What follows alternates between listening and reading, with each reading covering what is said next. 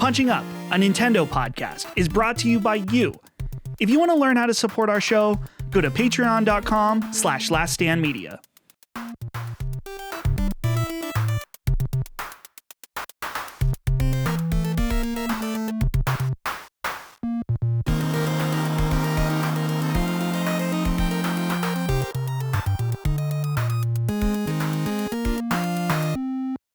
Hello, everybody. Welcome to Punching Up, your bi-weekly Nintendo show from Last Stand Media. I'm your host, Dustin. Here with me, I've got the full lineup this week. Dagan, welcome back. Hey. Once again, how are you? Hi, you guys. It's good to be back from the Great White North, Canada, Quebec, whatever, 10 hours away from Philly. Yeah, it was nice. It was a nice trip, but I missed you guys. My throat, I just have to tell you, my throat's killing me. And I'm like, the whole morning, why does my throat hurt so bad? My daughter, late last night, made me laugh while I was eating Cool Ranch Doritos. And I ended up just swallowing a chip whole. Wow. And I really hurt. An entire Dorito. Wow. It's not dovetail. The timing's not great for podcasting, but I'll be fine. But I'm like, why is my throat killing me? And that's why. There's certain foods that you just, Doritos not that much of a risk. But I think of made me think of every few years I'll get Captain Crunch. Oh. And I just know that my mouth is going to be screwed up after I eat that. Like sandpaper. It's a sacrifice you just got to make. Yeah. The Dorito thing, though, there's nothing worse than a chip cutting your mouth, but it sounds like you took it to the next level and cut your throat. Internal damage. Wow. Yeah, dang. Well, we wish you a speedy recovery. I got to say, dang, I'm a little disappointed in you. No mustache, as you had on Constellation. I thought you might be. I'm sorry to let you down, Dust. We had the mustache for Constellation last week, just a few days ago. Now I had to. It doesn't go over well in my family. That's, I understand. And here's the thing, and I said this on Constellation, next time we can coordinate in some way. Absolutely. We're doing it. We'll see what happens. We're doing it. Moving on down the line, Mama Micah back from Boston. Is that how you say it, right? Yes. Boston, like that. Yeah. Yeah. How are you? I mean, that's how they say it out there. I don't have the Boston accent. That's the problem. My accent is weird. It's from, northwestern Massachusetts, which is what Colin always makes fun of. But no, I had a great trip home. I have to say, though, something weird happened at the airport last night. I'm at, Boston, Logan Airport. All right. I'm sitting at the gate. I'm at the end of my row. There's a young man sitting across from me. An old woman walks between us. She farted while walking between us. She said, "Excuse me." By. And then she went and sat down 2 seats down from me. And the guy looked up at me for a second. We both kind of shared a moment, did that really just happen? And then we smelled it. And it was that really happened. Because I was like, maybe her shoe scuffed on the floor. And she was saying, "Excuse me," because she was walking between us. Maybe that's what. But then it smelled. Yeah. And I said, no, that old lady, she just farted, right when she just walked in front of us. But she owned it, though. She did. She said, "Excuse me." Yeah. And that made it even weirder, Sure. I mean, the fact that she didn't just let it go and say nothing, that's almost more socially acceptable. You're at the grocery store. You're really going to say, "Excuse me," when you accidentally fart? It's pretty funny. Yeah. It was quite the. Maybe she knew that it was gonna be smelly, though. I mean, she was like, "Okay, well, that's happening now." Yeah, she was coming from. She was coming from the direction of the airport, Chinese restaurant, which had very few customers at it. It just looked a little dubious. Some of those airport places looked kind of sketchy. Some of the sandwich shops and stuff, man. And this one was just I don't know why you have such a big menu at an airport. That seemed dubious, and she was coming from that direction. Sure. Well, and the airport is one of the worst places to be smelling in multiple ways, whether you're drive-by farting on people or whatever. I had one experience on a plane where I sat beside an older woman. She was nice. We didn't talk to each other, but we're sitting on the plane, and I swore this woman ate just a raw onion, an entire onion before the flight began, because I just felt like I was being baptized in this woman's breath. And when you're on a plane, it's what are you going to do? What are you supposed to do? So you turn on the recycled air and it just kind of shuffles it around. It doesn't get rid of anything. Just mixes it all Placebo up. Air. Yeah. Yeah. Well, I'm glad to hear you're back safe. drive-by and all. Experience your own type of drive-by. Gene I sure did. Yeah, definitely. Gene, I like that shirt today. What's going on there? Thank you. It's Hawaiian flair, right? Yeah. It's a well, everyone always calls it Hawaiian shirt, but it's actually technically called a aloha shirt. Aloha shirt. Okay. And very nice. I mean, I wear this all the time. It's business. It's not only business casual. I think I mentioned it before, but I could wear this at a wedding in Hawaii and it'd be perfectly fine. In Hawaii, the only reason why you would wear a suit is because you're going to court, and that's because you're either an attorney or it's your court date. So, sure, you don't want to wear the aloha shirt when you're showing up to court for either situation, probably. But that's about it. You can go to weddings, you can go to a church, you can go to funerals, you can go to a job interview, all with the shirt. And people always think that Hawaiian shirts are cheap, but actual aloha shirts are not cheap. They're over $100 each. They're very complicated patterns. It kind of drives up the price. Patterns. The stitching will match depending on like where the buttons are actually placed. And yeah, I mean, you can just tell the different print patterns. Yeah. Well, one of my coworkers bought a Tommy Bahama shirt. And he thought it was an Aloha shirt. And I was like, no, you didn't buy an Aloha shirt. You bought a Tommy Bahama shirt. Those don't count? There's a Tommy Bahama doesn't count? Tommy Bahama does not count at all. It is not a Aloha brand. Tommy. It is not a Hawaiian shirt. It's not an Aloha shirt. This. It's just a shirt with flowers. That's it. Really? That doesn't count. But also very expensive, I believe, right? They are expensive. Yeah. They're expensive, but the actual good ones in Hawaii, they at least cost over $100, but the good ones really cost $300-400 a shirt. Wow! So the more complicated it is, the more expensive it is. I mean, the more handcrafted it is. Like if it's actually touched by an actual designer. Yeah, that's interesting. Yeah. Well, very good. I like to see. I wore this PlayStation shirt just to throw people off today. I just got up and I'm like, we can just throw people off with a little PlayStation action in here this morning. But I'm glad to see everybody here, bright and early on this Monday, ready to talk about some Nintendo stuff. But before we do that, I want to let everybody know about patreon.com/laststandmedia, where you can get early access to this show. So we record it on Mondays, and if you're on Patreon, you can get access to it on Tuesday instead of Friday. So if you want that and get it, ad free, all that good stuff, you can get it on patreon.com/laststandmedia, along with everything else we do. And there is a lot of other stuff, whether it's bonus sacred symbols, bonus defining Duke, early constellation, stuff like that. There's so much over there. Highly recommend you check it out. And one other little perk you can get is the ability to write in to have your questions on this show. And let me tell you, this show is chock full with your questions. So you don't want to miss out on that ability. I try to get a nice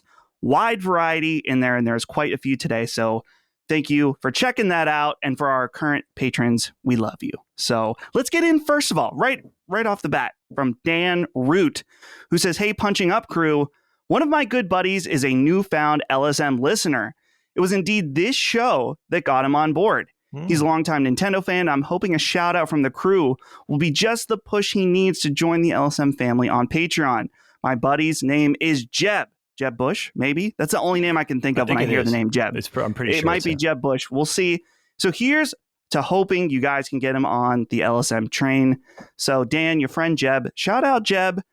If you can join us on Patreon, I just listed out a plethora of reasons to. If you can't, we get it. But we're just happy to have people here. It's nice to hear we're having new people into the LSM family from this show alone is pretty cool. So that's exciting. That is. Welcome, Jeb. That is. And Dust, I have to say, I mean, this isn't the greatest thing for me and you, but it's got to be, if someone's coming into LSM via this show, it's got to be either Gene or Micah's. It's definitely not me or you, Dust. We've been around a while. If they were going to come for us, they would have done that already. Right. It's got to be Gene or Micah that they're coming for, or both. Oh. Yeah, it could be. It could be. So yeah, hopefully Jeb, hopefully not. I mean, well, I was going to say hopefully not Jeb Bush, but honestly, that'd be 10 out of 10 cool. But also Jeb, whoever, you're 10 out of 10 cool as well. So glad to hear we've got you at least listening. And Dan, thanks for writing in. I didn't put this in notes, guys. I wanted to ask you a question. It's a personal question for me, though. So I said on Sacred Symbols last week, I'm going to Japan next month, getting very excited, and I'm doing a few Nintendo related things there, going to their Nintendo store, going to Super Nintendo World.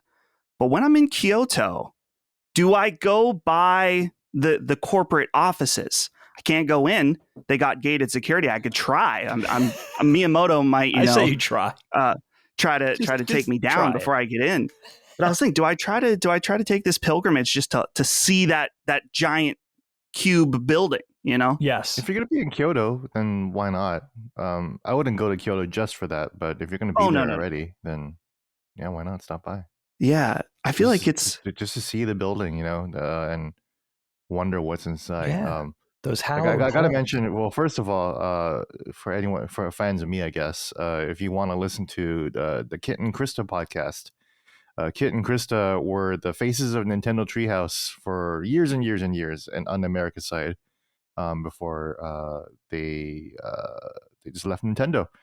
And they have their own podcast now where they talk all about their time with Nintendo. And they invited me onto their show, which is last week or the other week. Oh, cool! It was very nice. And if you want to hear more about my story and growing up in journalism, there you go. But also, one of my favorite episodes of Kit and Krista in the Nintendo Treehouse was when they went to Kyoto and they were going to vlog about their visit to Nintendo HQ. And their entire vlog was the parking lot and the lobby and the prayer room at the lobby. That's it. That's the only as far as they got. That's the only places they work for Nintendo, and those are the only places they can go to. Yeah. And then one of the most crazy things I read up in Reggie's book, Reggie Fils-Aimé, the former the president of Nintendo of America, was that when he would visit the Nintendo HQ, he would need to sign in, and he would need to be escorted all around the building. Wow. That's insane. He's the president of Nintendo of America, and he does not have free reign in the Kyoto That's office. crazy. He has to sign in like every other pleb. It's amazing. Wow. That's yeah, stop by, see what you can do.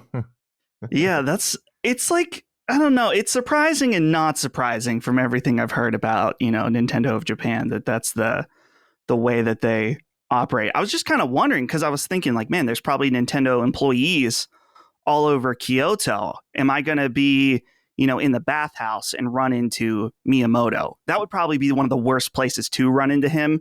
If we were both like totally naked in a bathhouse, it'd be like, hey, bricked up and Miyamoto-san. Best or worst? There's no bad place to run into Miyamoto. Come on. That'd be amazing. Yeah. So cool. Well, I'll let you guys know. We'll see. I think we talked, Gene, were you going to host the show while I'm gone? What's going on here? Yeah, I'll give it a vacancy. Yeah, give it a shot. Okay. You're going to do great. So, as I mentioned this last episode, Dagan, I meant to tell you this before the show started, but that's okay. We can just say it live.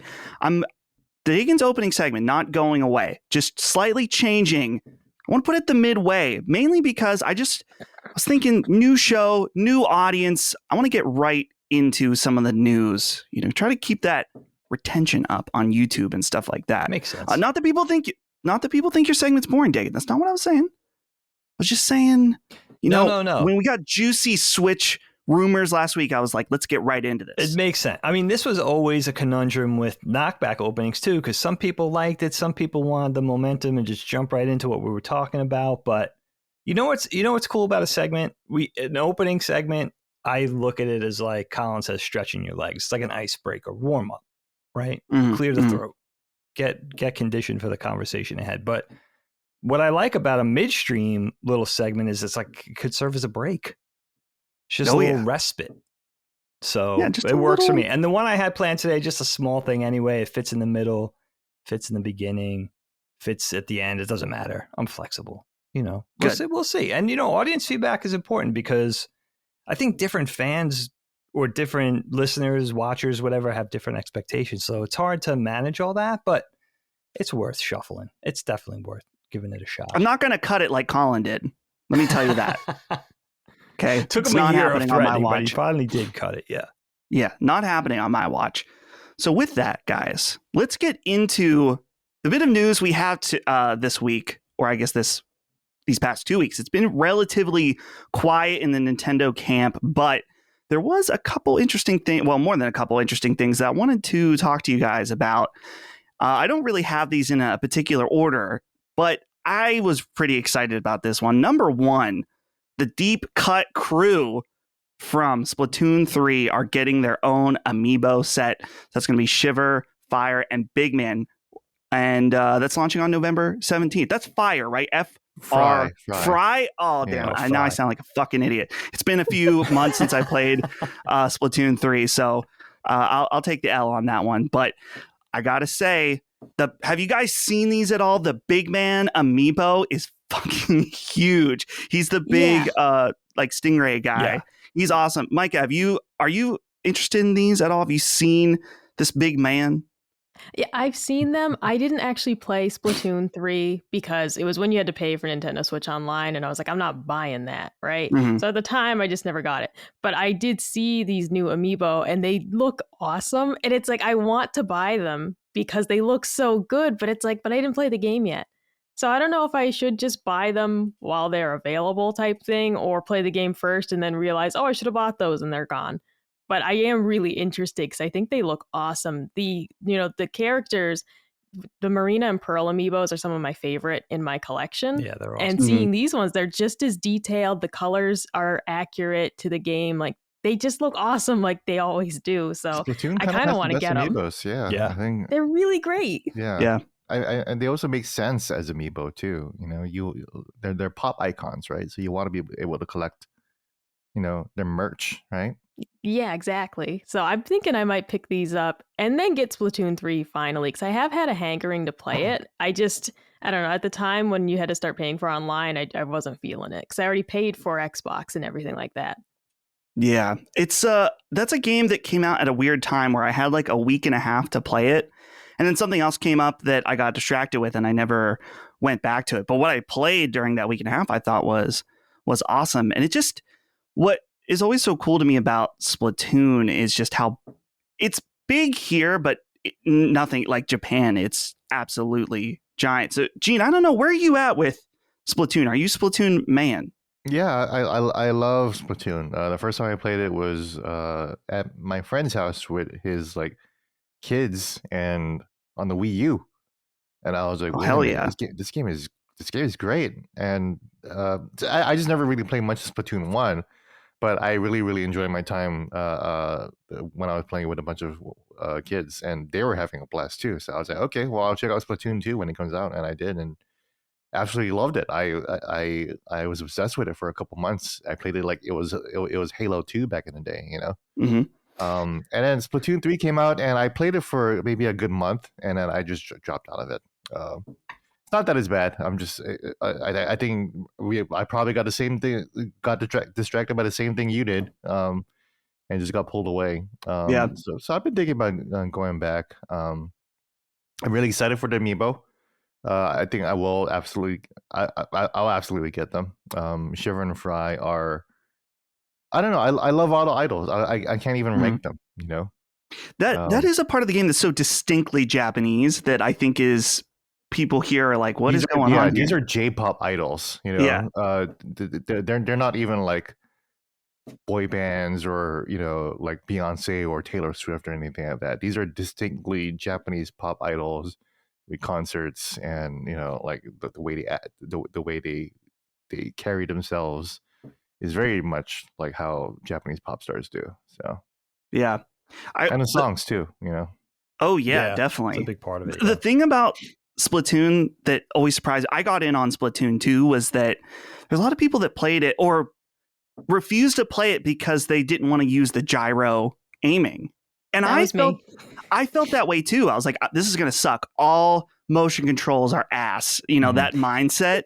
Mm-hmm. And then when I actually tried it, I was like, hey, this actually makes sense. Like, this actually feels right. And I kind of almost, if I was playing a game like that on controller, I'm like, man, other games like would be awesome with that gyro aiming.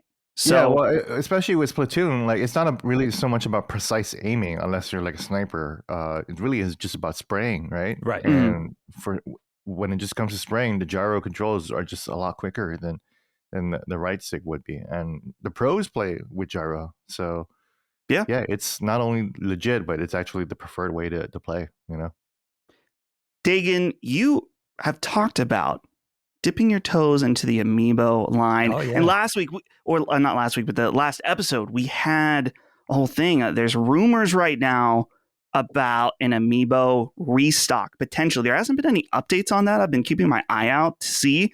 I thought, oh no, here's Dagan's chance to lose not only all of his money, but if you buy all these Amiibos, maybe even your house and your family, just because they become all consuming. So I'm going to give you a chance to not only say if, that this restock from a last episode interests you, but where are you at? Are your kids into Splatoon? Are you into Splatoon? Like, where is this fitting in your life? And are these Amiibo anything that interest you? Yeah, this is a heavy Moriarty topic because this is a weird one for us because my family is actually they're the ones who got me into Splatoon. Started with my son, our youngest, and then caught fire, and Helene got into Splatoon. And now Helene's not, my wife's not even a gamer at all, but she loves Mario Kart.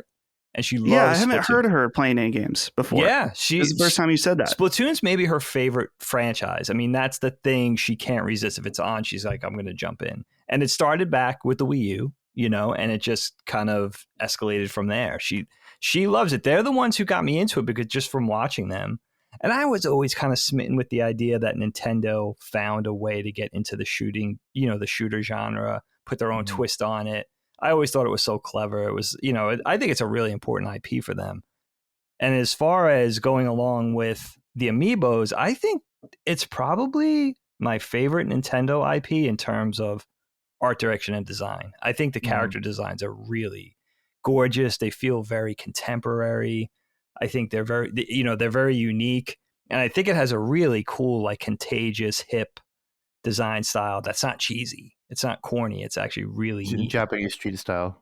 Yeah, exactly. Yeah. And it mixes, it's like anime, a little graffiti, a little more contemporary art with, like it has a little bit of that pop vinyl sensibility. I always love Splatoon. So I think, and I don't have any of the Splatoon Amiibos. I have very few Amiibos actually. But yeah, Splatoon is I'm interested to see. I'm always interested. I'm always watching where that IP is going to go. And you know what I hear about these new Amiibos? It's whisperings right now and online rumors, but I'm hearing that the scarcity thing is going to be alleviated a little bit with this. Like it's not going to be as hard to get. Now, I don't know if that's true or not, but I've heard more than one YouTuber say they're hearing rumblings from like SNOJ, right? That, these will be a little more, these will be a little easier to get going forward. So that'll be interesting too, and why not? Right? Mm-hmm. People are going to buy them. So yeah, the availability thing of Amiibo has always been funny to me, and mostly, okay, so what I'm about to say, I'm mostly pulling out of my ass. It's just speculation from viewing the market, from being involved in it, but it seemed like Nintendo was really kind of on short supply for a lot of the early Smash stuff. And then they released that terrible Animal Crossing game on Wii U, the stupid Mario Party clone. And I swear that they printed enough for every man, woman, and child in Japan and the United States. They really did. To own the entire set, to the point where you could see these in bins at Five Below. Yeah. They had That's true. how I have the entire Animal Crossing lineup because of that. And I think that it's one of those, it's almost like a Sony-like situation with the Vita and, well, many other things where Sony's like, hey, we'll give you what you want. Here's more. But it's like, no, not fucking that. We don't want it for this game. There's no point. Right. And that was back in, dude, if they redid Animal Crossing Amiibo now, I think it would be a very different story. So I think they learned the wrong lesson from that at the time. And I get it, but it's so hit and miss on what's available easily and what's not. Sometimes you can see stuff like when I walk by in Target, I'll see the same. I think they had the Zelda with the Loftwing one they had a lot of those available. And then other things just come and go super fast. Like that Joker Amiibo in particular was like still very rare to this day, where if you didn't pre-order it or get it that first day it was out, it's like, good luck. Isn't that funny? They barely printed any of them. Yeah. So yeah. Yeah, it does seem kind of random. I pre-ordered the Minecraft Steve Oh amiibo as yeah. soon as that was available because I love Minecraft. I said I absolutely don't want to miss out on that. And that's one that I've seen at Target multiple times when I've gone. It's still available on like Target online, directly sold from Target, not from a third party. That's one I did not expect to be still easily available this much later because I was like, there's no way I'm missing this one. Turns out I wouldn't have missed it in the first place, but you really just never know. Yeah. So looking right now, just out of curiosity, I'll use Target because it's not going to be like Amazon where there's resellers. Right now, you can get Luigi, Peach, Mario, Marth. Apparently, I didn't know Marth was. I knew that he got reprinted, but he's easy to get, and the Smash Brothers ones. So. It would make sense those Mario, these are like the Super Mario lineup. I think they reprinted those when the movie came out, which was a good idea. But yeah, good point. Do you guys remember this was during the pandemic? I remember when they started re-releasing the Animal Crossing Amiibo cards. Yeah. Yes. And dude, those are like gold printed cards. If you could get a pack of those, really, people were flipping those like crazy. I didn't know that. Yeah. Dude, they're powerful cards in the game. Whatever villager you get on the card, you can invite to the campsite. And if you have a vacancy in your village, they can come and live in your village or in on your island permanently. So that was like a free get whatever villager you want. So those were pretty popular. You can get them now, though. I could have used that because I think one of the reasons why I left Animal Crossing was because I eventually found out that all my villagers were birds. and I just didn't like having like a single ethnicity in my Animal Crossing town. So I kept trying to piss all my bird neighbors off. So I was super racist against my bird neighbors. Yeah. And they were not moving. And I was just like, I just don't like having all birds in my town. There was the eagles, there was the chicken, there was the goose. And I was like, this is ridiculous. No diversity. This isn't bird crossing. I'm not playing bird crossing. I'm playing Animal Crossing. Where are the other animals? Why am I the only human here? Yeah. That's so yeah, I definitely could have used a card to have a little affirmative action or something for my Animal Crossing. Wow.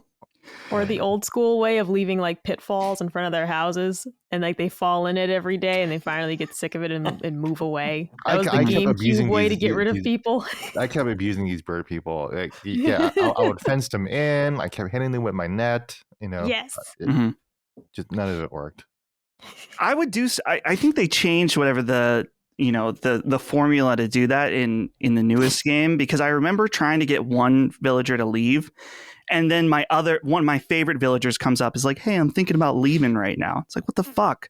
I've been treating you like you're fucking royalty here, and these other guys, I'm trying to make them live in a slum, and you want to leave. What's going on here, Molly the duck? What gives? So yeah, the Deep Cut Crew, like I said, coming November 17th. If you want to check those out, you got to see. If you haven't seen a photo of these, the big man one, legit, he is a big boy. And I love the big amiibo in particular, like the Guardian amiibo that they had from Breath of the Wild. He like barely fits on my shelf, and his legs have to like go off the edge because he's so big. It's great. So check those out. So let's get to number 2 here. This one, it's definitely newsworthy, and it's funny how we kind of learned nothing, but some acknowledgement is nice. And that's from the Pokemon Company, is, quote, having conversations about how to ensure Pokemon games remain quality products while being released on a regular schedule. And so this is from comicbook.com talking to the COO of the Pokemon Company. Here's the direct quote. He says, "I think in general, if you look at the past, the path we've taken up until now has been this constant release, always regularly releasing products on a fairly fixed kind of cadence, you might say, always having these products able to be introduced and new experiences for our customers.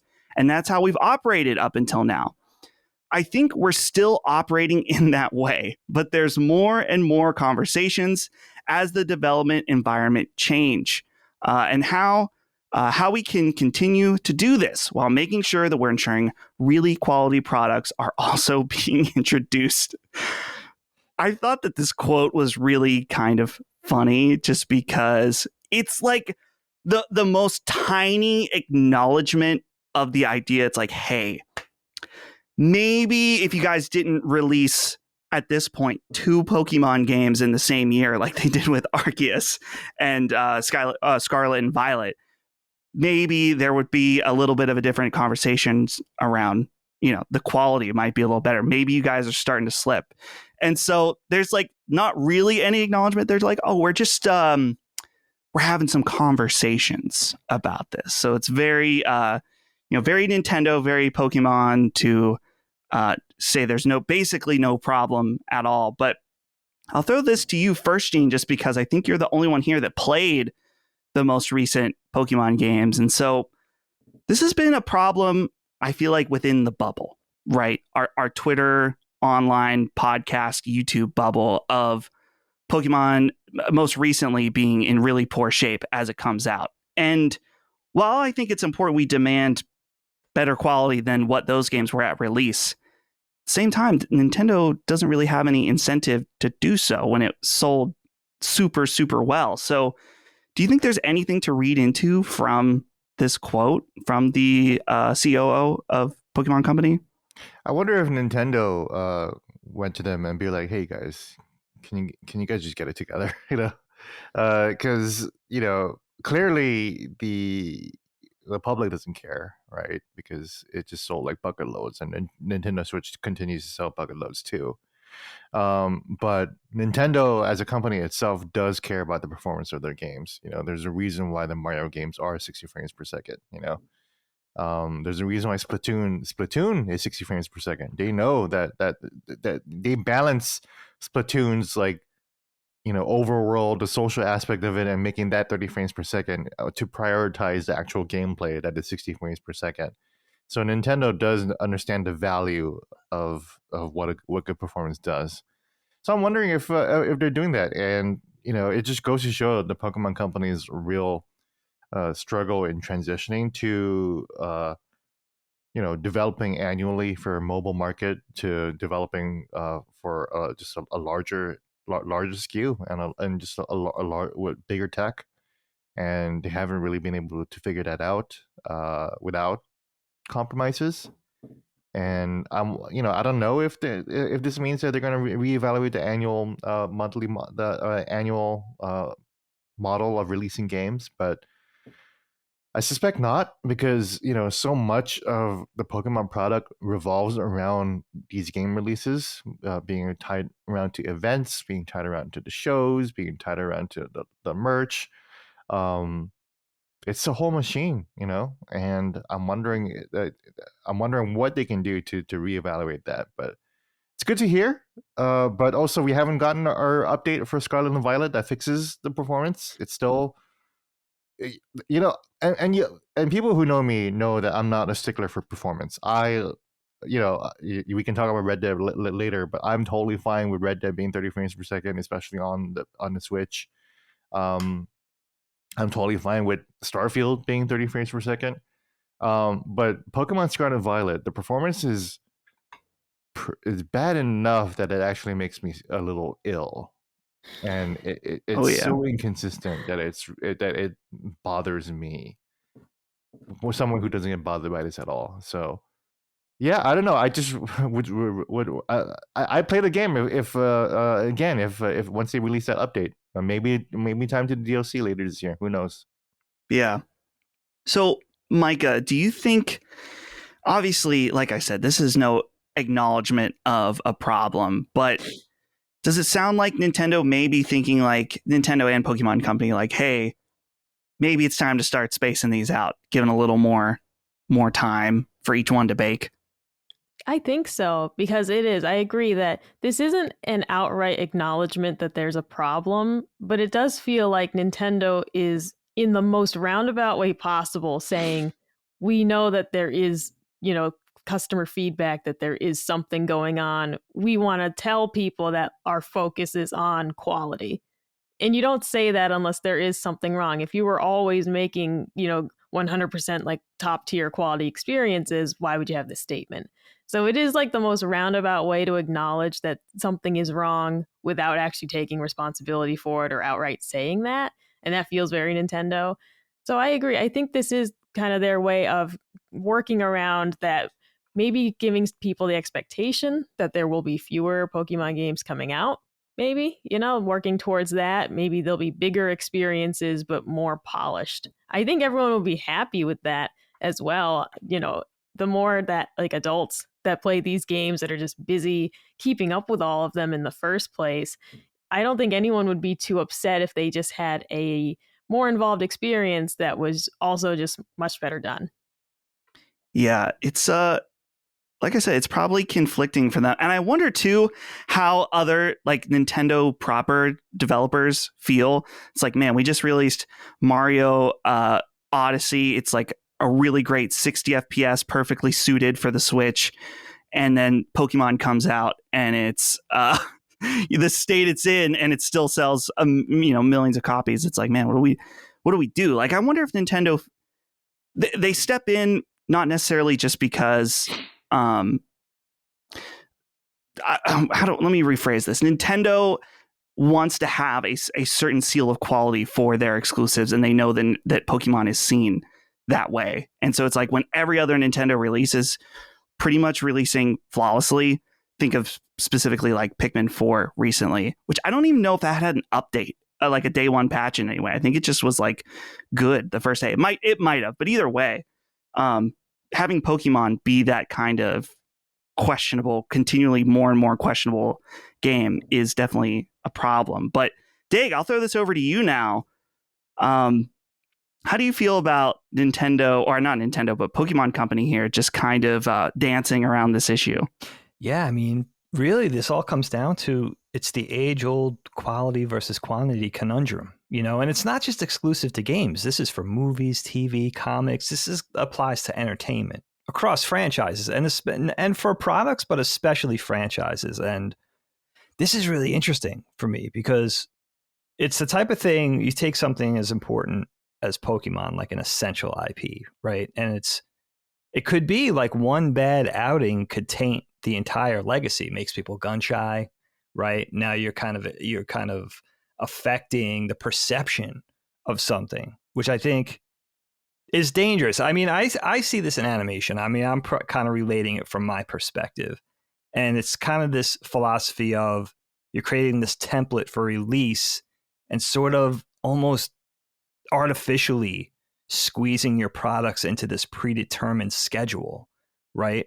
Which could be bad for something that's creative, because what you have is you have this thing that becomes, you're almost working to this unnecessary deadline. And you could kind of rush production and fit things into this schedule and rush execution. But what happens is it becomes this factory mentality, and you really can't rush good ideas. You know what I mean? You really can't, when you're creating something and you want something to resonate and you want appreciation and you want people to buy your product. I saw, you know what it reminds me of? It reminds me of when Pixar decided we're going to put a movie out every year. Now we're going to run an A team, we're going to run a B team, we're going to run a C team, we're going to dovetail. So we could have a release every year. And what happens is you could have the most talented people in the world, and you could have plenty of people fill your building up with talented people in all ways. But what ends up happening is you're churning this assembly line thing where maybe the idea isn't good enough. And it comes back to what Gene was saying, which is a great point. You have this entire thing that is this entire system that's beholden to the product. So it's this dance that you're trying to do. But what ends up happening is that product goes out, it's falling short quality wise, and people are going to be less likely to buy it the next time. And then that sort of snowballs in a bad way. I think it's dangerous. I think it's better. I think Miyamoto said something to the tune of, people are going to remember a game for its quality, not how quickly it came out. Oh my God, they're not going to say that was an amazing game. They did that. They got that out in 3 months. They're going to say it's an amazing game because look at all the blood, sweat, and tears that went into this. This is something I still want to play 10 years later. You know what I mean? So you got to be careful of that sort of, putting out schlock. But, at the same time, it's real life. You got to produce something on time and on a budget. So, it's that balancing act you got to figure out. I think that's what worries me, is that sometimes you can't rush good ideas. Because what ends up happening is, okay, we gotta get something on the shelves in a year. Let's just go with this kind of idea that we kind of liked. And, it becomes a half-assed thing. Yeah. Well, and it sounds like there may be,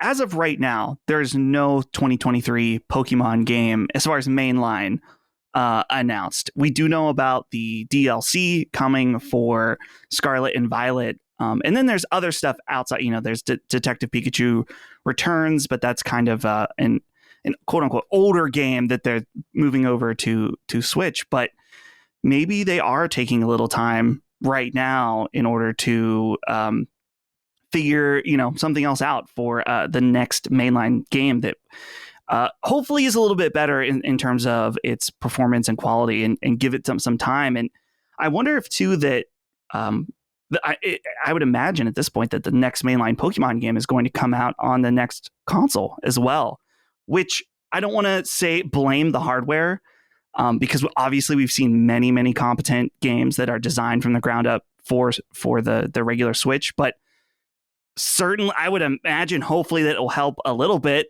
if they're kind of just struggling within the parameters of the Switch, that if they're given more technical resources, that would help as well. But we'll just have to wait and see what happens with that in the meantime. But like I said, 2 new DLCs still coming for Pokemon Scarlet and Violet this year. Guys, we have breaking news on the show. This would be news, yes. This would be the top story. But now it's here. It just broke live. This happened. Was this last episode too? Or the one before where we had we had Red Dead. Oh, okay. So 2 weeks in a row, we have breaking news on the show. This comes from the @Nintendo America account. It says, we have a message for fans of the Mushroom Kingdom. Please take a look. And here is the message within the tweet itself. It says, Charles Martinet has been the original voice of Mario in Nintendo games for a long time, as far back as Super Mario 64. Charles is now moving into the brand new role of Mario Ambassador. With this transition, he will be stepping back from recording character voices for our games, but he'll continue to travel the world, sharing the joy of Mario and interacting with you all. It has been an honor working with Charles to bring Mario to life for so many years, and we want to thank and celebrate him. Please keep an eye out for a special video message from Shigeru Miyamoto and Charles himself, which we will post at a future date. Damn, this one out of nowhere. What? Sounds like Charles is stepping back from the role of Mario. And as soon as I saw this, and immediately I thought, oh no, this is, let the speculation begin about Chris Pratt. That's what immediately. That's what I thought. And there were hints that he's already been replaced with Super Mario Wonder. The voice in Wonder is already different than. I forgot about that. So, Gene, explain that a little. Is there any other details about that? Just people were hearing the voice and thought that's not our boy. That's not Martinet. But it is still a distinctly like woohoo type of voice. So they're not going like, oh, he's from Brooklyn now. They're not doing that. And it's not Chris Pratt. Yeah, no, I don't think it's gonna be Chris Pratt. I think it's gonna be a Mickey Mouse situation where you just have different voices of Mickey Mouse. That's just how it is. It's fascinating and it's powerful that Martinet has been able to do that. I always talk about my age and growing, like, how fortunate I was to just grow up alongside video games as an industry. And I'll never forget the first time I heard Martinet's voice in Mario 64.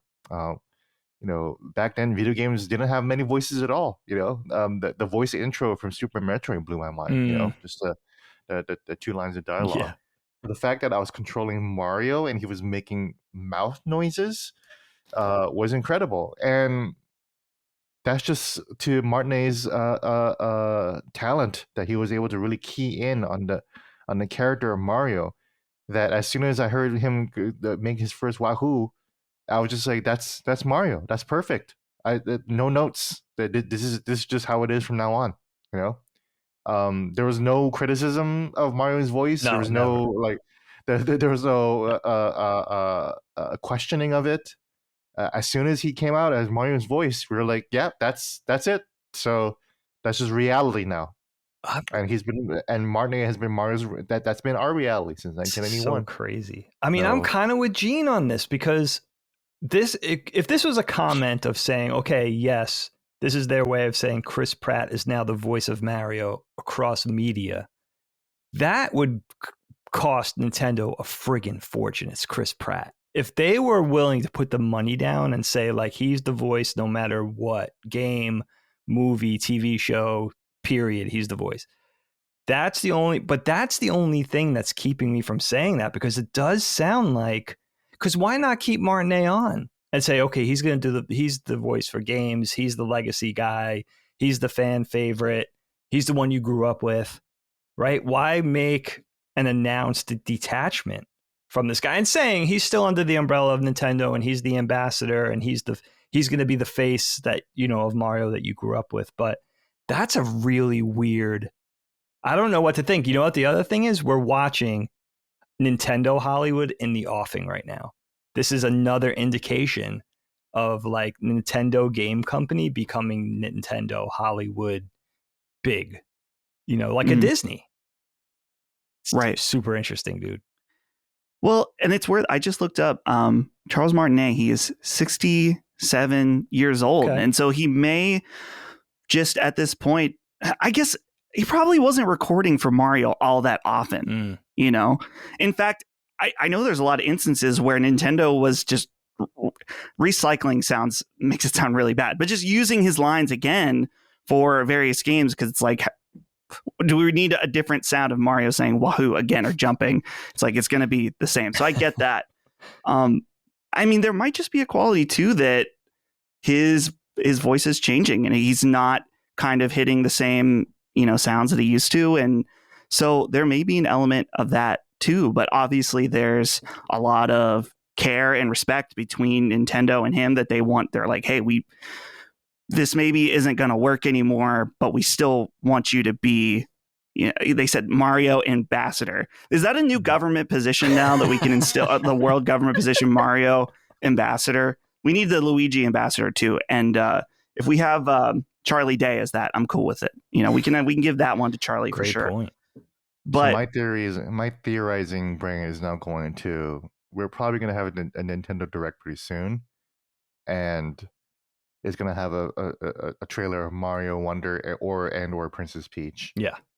Where Mario will probably be talking extensively, and everyone's going to notice that's not Charles Martinet. Well, not extensively, but like, you know, he's going to be making noises and like extensively enough to the point where it's like, okay, that's not Charles Martinet. So it's like, okay, let's just get this announcement out of the way in August, so that way when we do a direct in September, which people are theorizing what will happen, then no one will have questions. This is just like, yeah, that's just the new Mario voice. Yeah. You know, Gene, I hated what you were saying initially because I didn't want it to be true. It's not, you know, the theory though, now that I think about it from Nintendo's perspective, is that if they want to evolve Mario, then this is one way that they saw with the movie. They're like, oh, we can give Mario a voice and people will be cool with it. Because I'm sure that they were hesitant for a long time. Because think about, there are a few clips of Charles Martinet just talking as Mario officially. So I think it's like a Nintendo DS instructional video where you can hear him just talk as Mario explaining how to use a DS. It's kind of off-putting, honestly, to actually hear full-on sentences from Mario. And so you're right, Gene. Maybe they were like, it is maybe time to do a slightly new direction for the character, maybe not just do Chris Pratt movie Mario, but change him in a way where we can have him voice acted and people won't be weirded out by it. So, Micah, do you think there's any it just, or just him just doing Wahoo and Yahoo, and it's just different this time. I mean that I'm not even saying that he's gonna have full voice lines. I'm just saying we're probably just gonna hear Mario a lot more. I mean, we're definitely gonna hear from Mario a lot more pretty soon, regardless. So right. Anyway, sorry, Micah, do you want to hear Mario in a full romance novel, fully voiced, potentially? I mean, the possibilities are endless here. I mean, it depends who he's romancing. If it was like Wario, they're not related, right? They're not like cousins or anything, right? I don't I'm think. not trying to imply anything like that. Yeah. If it was like something like, Wario, Waluigi, Shy Guy, I could see some of those romance options. This does make me sad, though. It's just one of those feelings of like, wow, the voice of your childhood moving on from their role type thing. I'd like to think, though, that he's chosen to retire, because otherwise it's way too sad for me to think that Nintendo's like, we're letting you go. You're not going to do the voice anymore, but we'd like you to still work here. I'd really like to think it's more in line with what Dustin was saying of maybe his voice is just changing with age. Maybe he's also just ready to retire. Maybe he's just got enough money and he's ready to just take a more step back role. So I would like to think that in my head. I definitely, though, I don't want it to be that, Mario's going to start talking a lot now because he's going to have a more normal voice. I want it to be still the classic Mario of, a man of few words, great, exclamations type thing. But I am curious to see what they'll do with it. I think that in saying this too, it definitely implies like, we're not just going to keep recycling, old voice lines that we already have. If they were just going to keep using, Charles' voice, they wouldn't have probably mentioned it, if they were just like, we can just keep using, we have a lifetime of footage from this guy, we can just keep using it. So we definitely should be expecting a new voice. I'm curious about it, but it does make me a little sad. It's definitely just a feeling like, wow, that was a voice that is just completely, everyone recognizes it. Anyone who likes video games would recognize that voice. And it certainly does feel like a really big change that's going to be coming. And it'll be interesting to see how like kids react to it. My sister's kids love Nintendo, love Mario. I'd be curious how they would feel about it. They're like 10 and 7. So, they're old enough to definitely notice something like that. Whereas then you'll have kids growing up with it that this is their Mario and they'll be like flabbergasted to hear the old one.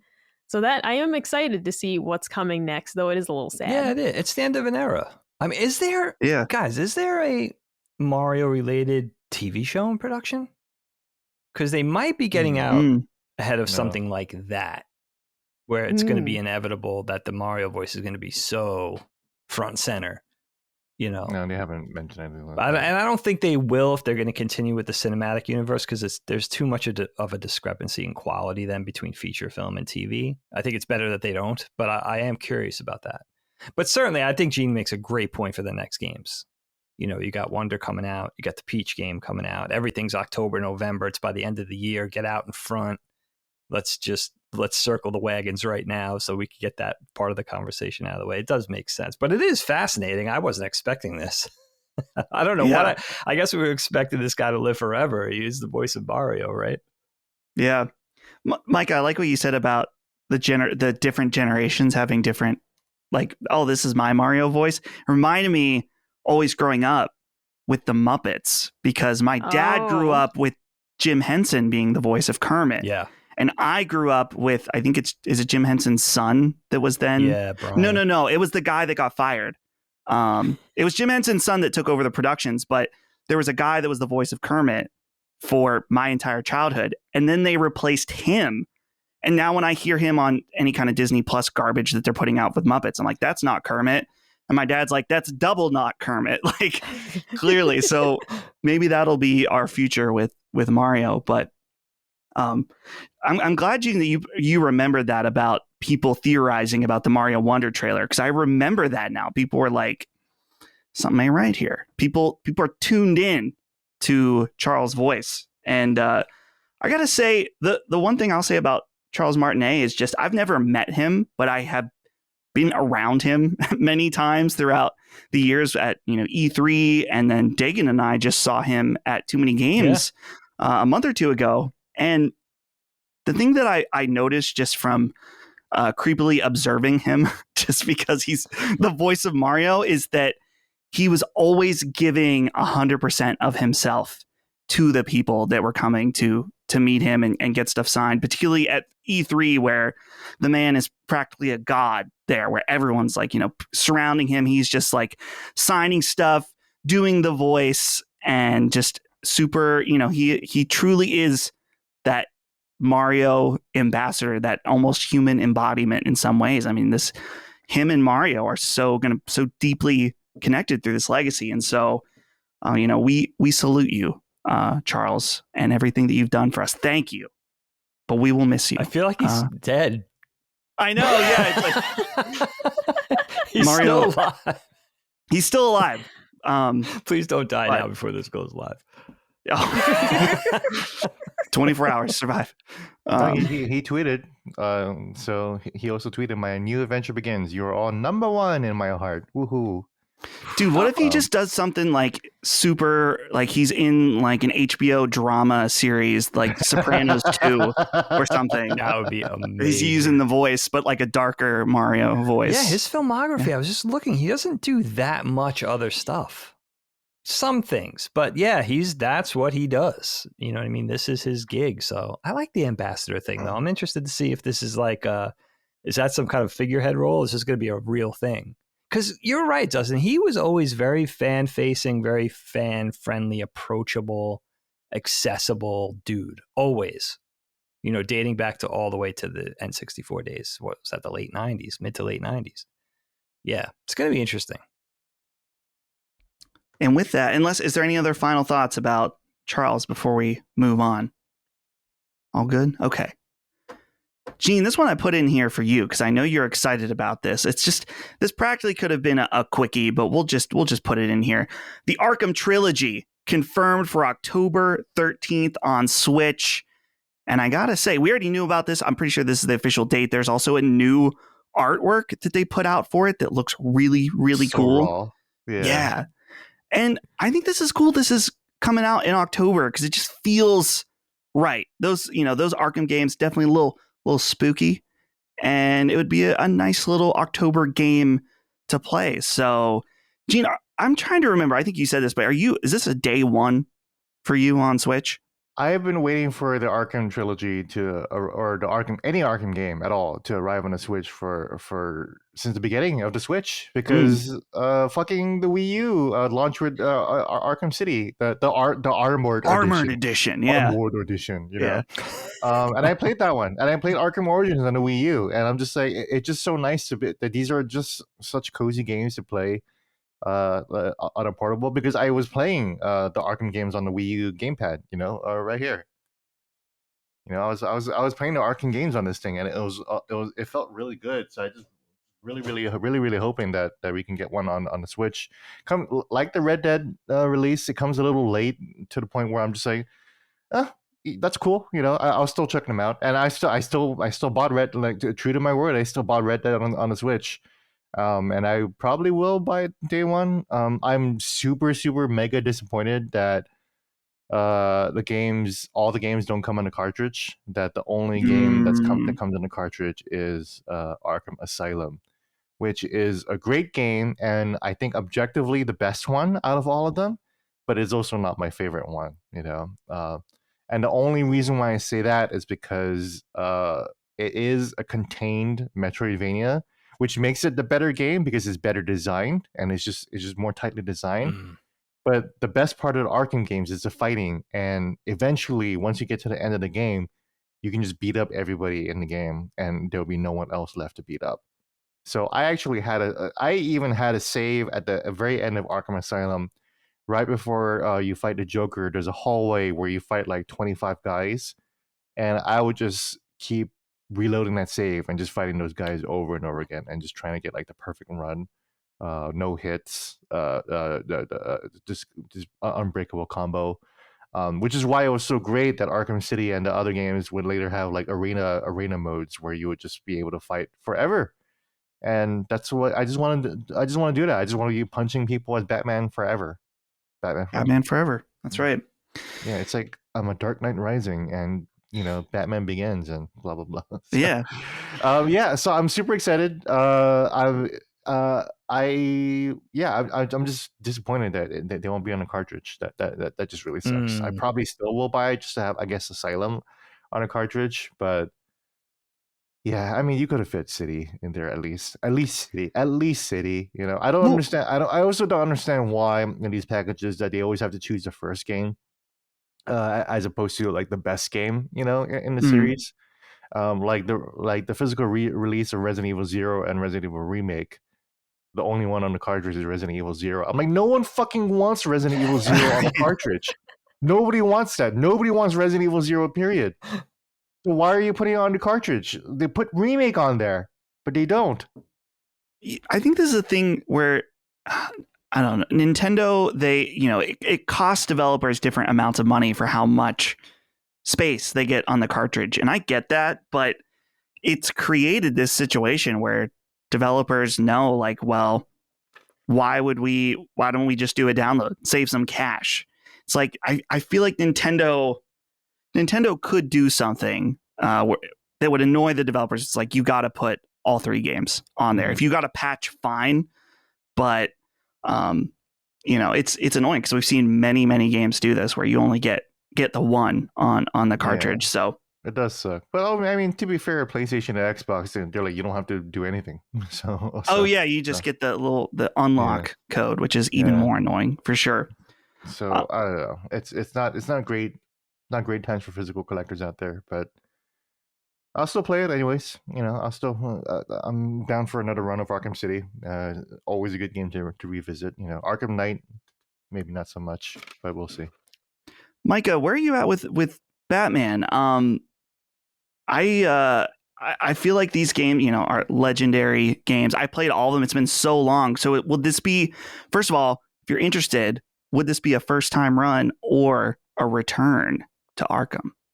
Oh yeah, so I've played all of them. I actually used to have the Batman PS4 that came out. Oh, nice, silver one. Yeah, I don't have that anymore, but one point I did. So I've played all these games. Asylum is my favorite. My favorite section of it is when you're in Killer Croc's lair.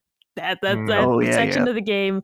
That's where it was actually one of my first experiences with something that was like sort of horror related, because like it really got my heart racing as like you're, navigating across, the water and you're trying to avoid Killer Croc. Like it's a spectacular, section of the game. It's cool. And, I forgot all about that. Yeah. That's my favorite part of the game. So initially when this was announced, I was like, if I'm going to replay these games, I don't think I really want to replay it on Switch, because similarly to like Witcher 3, for example, as much as I love that game and I've played it a couple times, I don't know if I want that experience on Switch.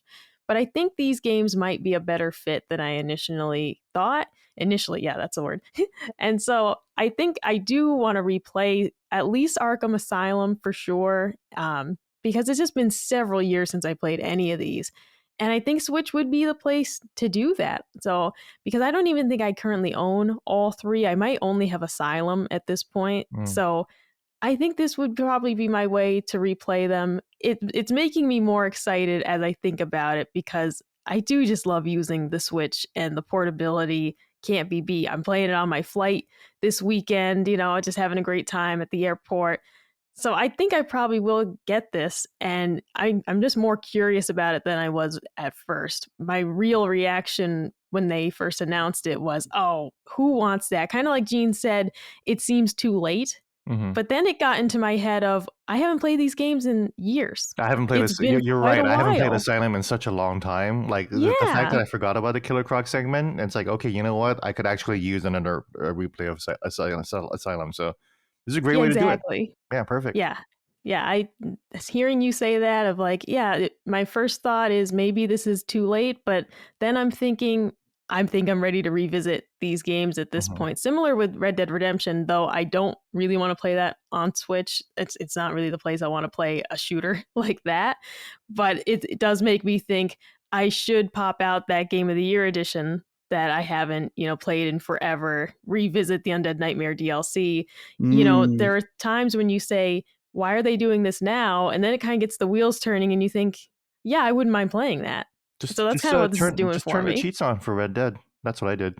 Oh, So you don't have to worry about, oh, I have to do all this or do that. Just turn the cheats on. It's fine, and I already played it like 12 years ago. It's okay. yeah.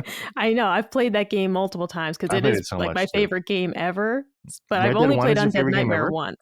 Oh yeah, yeah. That's my all-time Cool. favorite game. But I've only played Undead Nightmare one time, and it was terrifying. I mean, that game gave me nightmares. I loved it, but It's I creepy. haven't revisited it since. Yeah, it really is.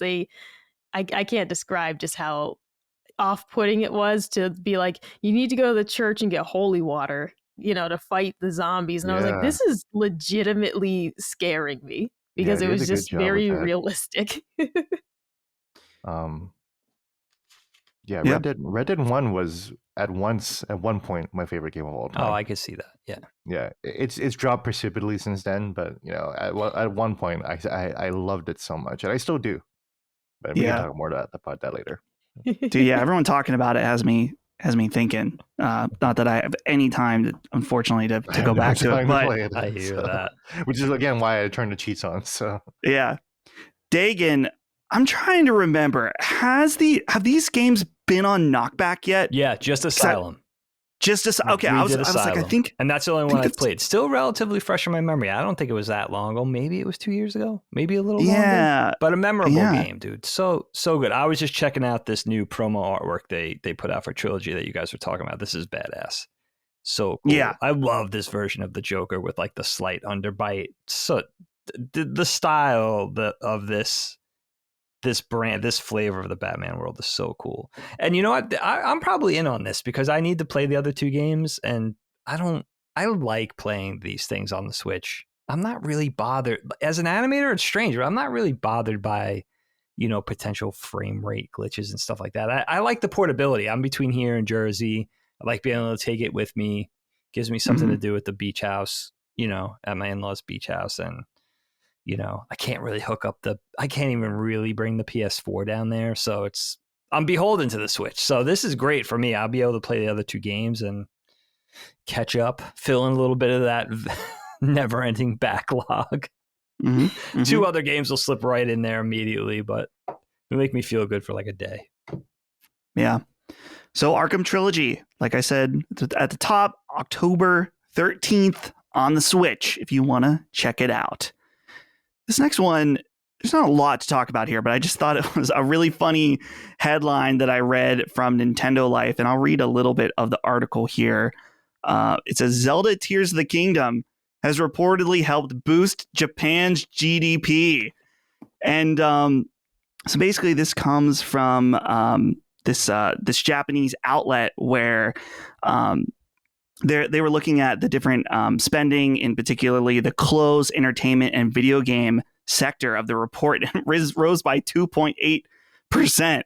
And obviously there's many different factors that go into this, but it is believed that 18 million copies of Tears of the Kingdom might have something to do with that. So just goes to show the power of this game still this year, just selling 18 million copies in that short amount of time. Totally crazy. No, so I remember this exact same sentiment. Gene will remember this too. Micah, you're probably too young, but you know about this for sure especially because you're a JRPG person. But I remember hearing as a teenager, before I even knew what Dragon Quest was, that the early Dragon Quest games were doing stuff like this with the Japanese economy. And I was already a full-fledged anime fan and everything. And I was just like, I need to be in that place with those people, with those values. Like that was like a thing to me of like, that's everything. These are my people. Like hearing that could have like a perceptible shift in the economy. Like that's everything. You know what I mean? That's why I'm so jealous you're going to Japan. Because I'm glad you said that, just because, I mean, we were just talking about the cartridge for Arkham Trilogy. The thing that, as I'm doing my research about like where to go and what to do and where to shop in Japan, is that physical games are very, very much alive in Japan. You can go into stores and there's just shelves and shelves of Nintendo Switch games and PlayStation games and stuff like that. yeah. And it really brought a different perspective to our conversations about, will the next Switch be digital only? And my answer on that is firmly no. Like in it's going to be a long time, because even though Japan isn't Nintendo's only market or necessarily their biggest market, it's one that they very, very much care about.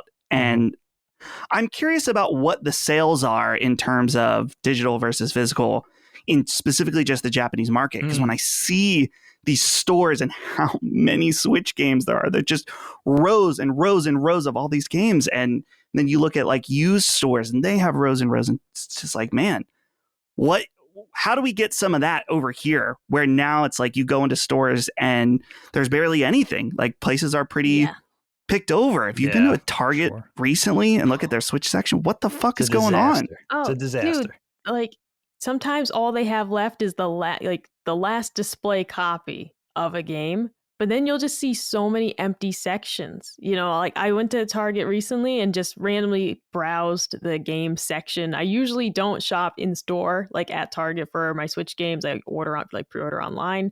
But I went over to see what was what, and it was sad. It's like, yeah, they have one copy of Splatoon 3. That's it. You know, these are big games that we're talking about. They have one copy of, and then you just see all these empty spaces. I think they had one copy of Fire Emblem Engage. And then you just see all the tags for other games, but they had none left. And it just is like, it's sad to see this section getting smaller and smaller anyways. And then it's just dwindling more and more, because like at my Target, this Switch section is actually the larger of the video game aisles, because like PlayStation and Xbox are just going more and more digital, you know, their like player base. So you're seeing, like at my stores, even less of those, which is surprising, because I know PlayStation is huge. But when you go to Target, like Nintendo seems like the bigger one to parents, you know, to someone who doesn't play it, you'd be like, wow, well, this section's bigger than that one. And then you go to the clearance, for example, and like there's just hardly anything in there anymore. Like Walmart clearance used to just be like this huge like bin of games to sort through.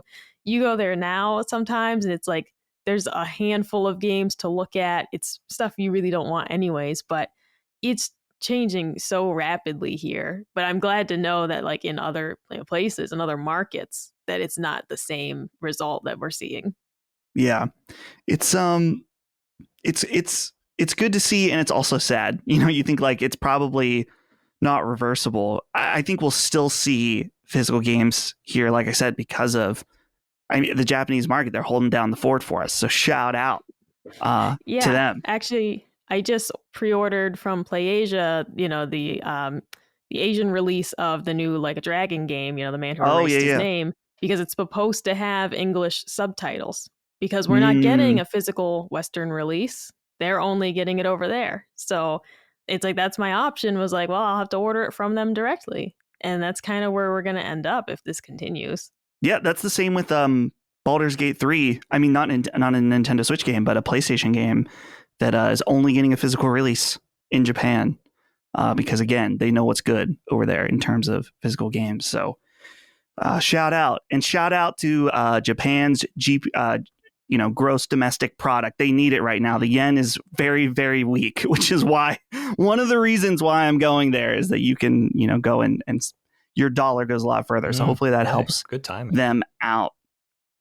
One last little quickie here, and that is, this is pretty old news at this point. It broke after we recorded last time, but just a quick shout out to the Nintendo Switch Online backwards compatibility stuff, or I guess emulation, whatever you want to call it, where you can now get the Pokemon trading card game for Game Boy Color and Pokemon Stadium 2 for Nintendo 64 on the service. And I gotta say, that Pokemon trading card game, I had a memory of when I played this game that me and my uncle, who's just a few years older, he's like 3 years older than me, we both had this.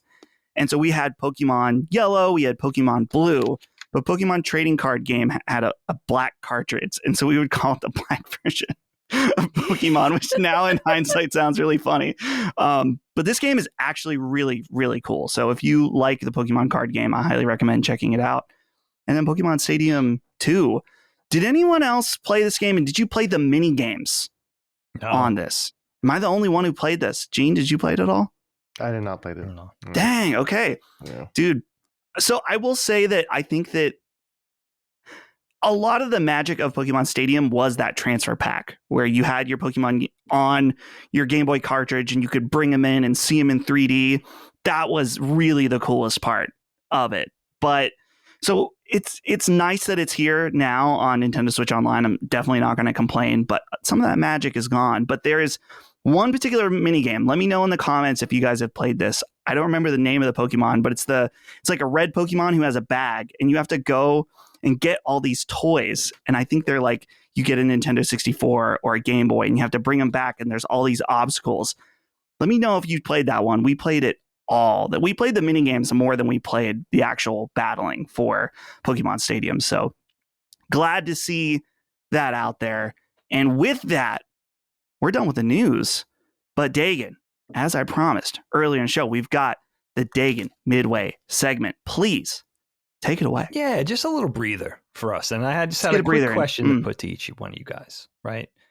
Lots of talk about Switch 2. I'll talk about my problem with that. Nintendo's next big console, right? And I've been thinking a lot about just the whole thing. First of all, why is that not everybody, but a lot of people referring to it as the Switch 2? Why does that have to be the Switch 2? I think people are channeling the Wii U dynamic, at least in terms of names. Those are two pretty different consoles, obviously.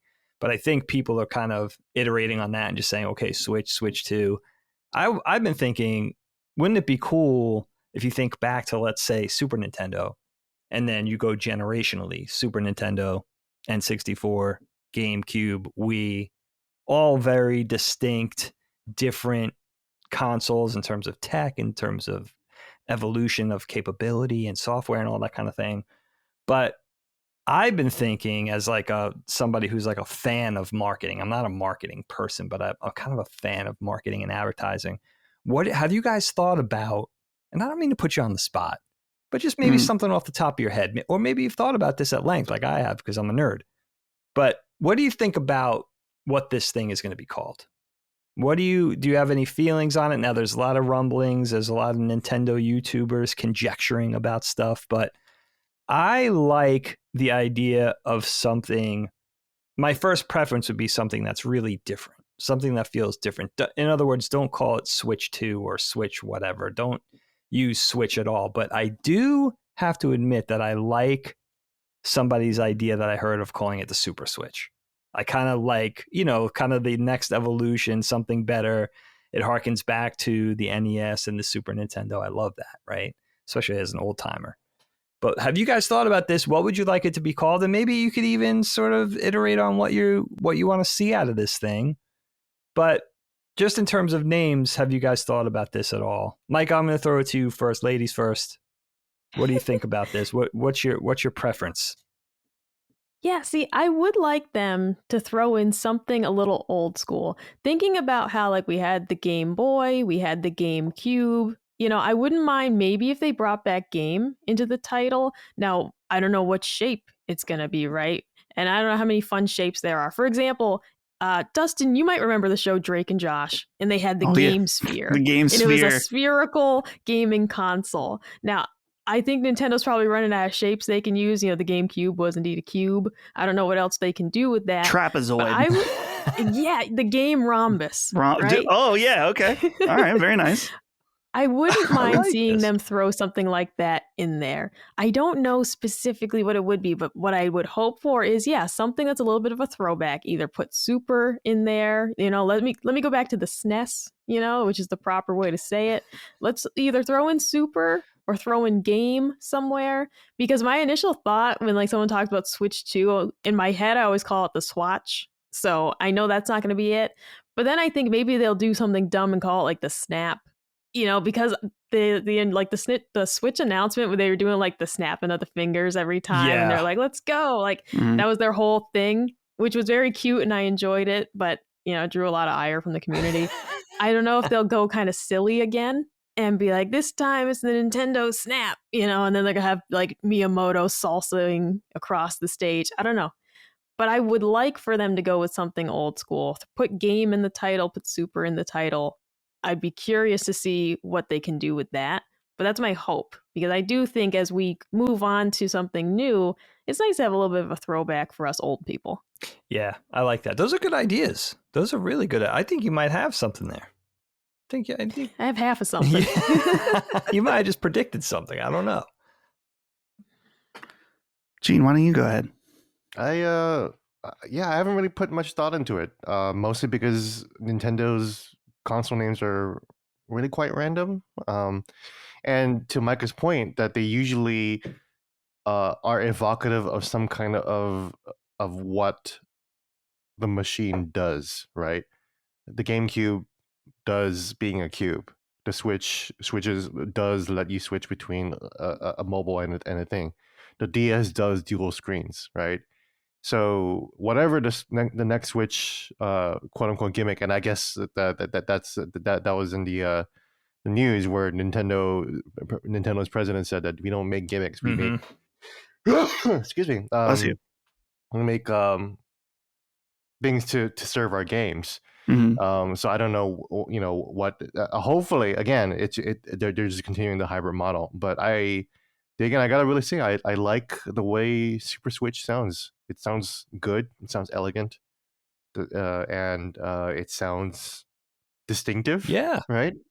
It's got the alliteration in there. Yeah. It's got the great alliteration, and it's distinctive. Not like the Wii U. There's no, I don't think anyone's really going to confuse the Super Switch as a Switch add-on. They're going to see the Super Switch as that's the new Switch. Like the Switch Pro makes it sound like it's just the same SKU but better, right? Right. So I've never, and I'm pretty sure that now that phrasing has been kind of like exercised out, because we all know that the next console is going to be a new console, period. Right. Yeah. I do think just hearing you say it, I was like, you know what, that didn't offend my ears. I like that. That's fine. Yeah, I gotta say, Dagan, you being interested in the marketing aspect, I feel like Nintendo should be a case study in like the best and worst console naming of all time.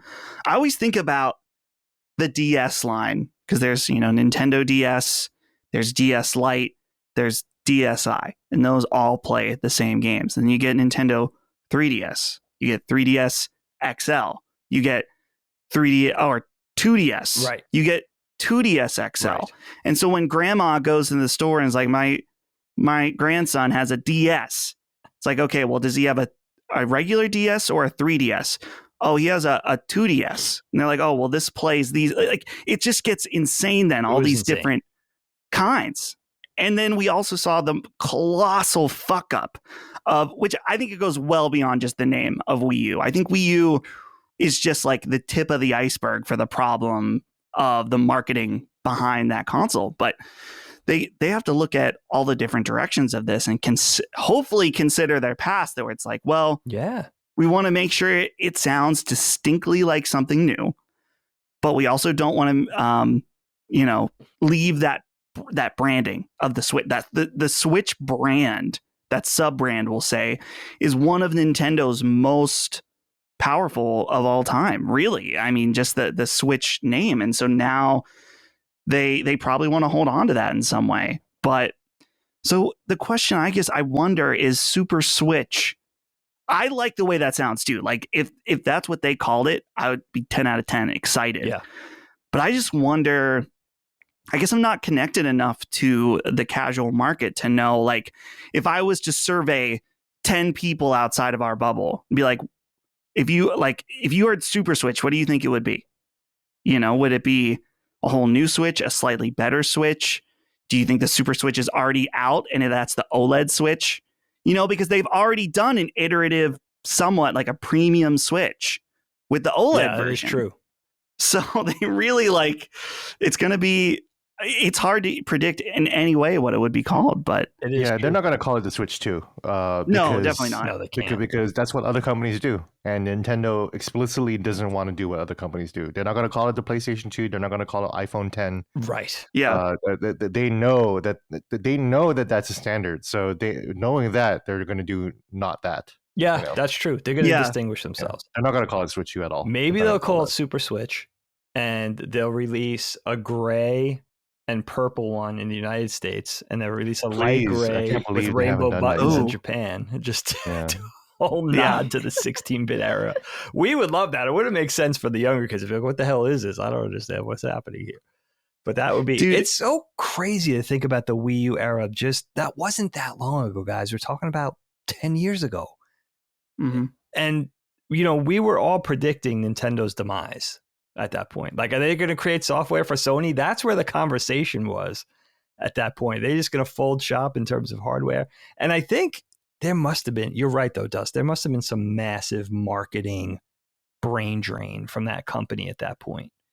Because it is two different, it is weird. Like, you reminded me of something like Nintendo at their best and Nintendo at their worst. Hello, Virtual Boy as well. Let's not forget about the Virtual Boy. Mm-hmm. You know, it's like it's fascinating, but it is the same company, just at two different times. I can't think of any other corporation that has had that much flex in terms of just where they exist in the market.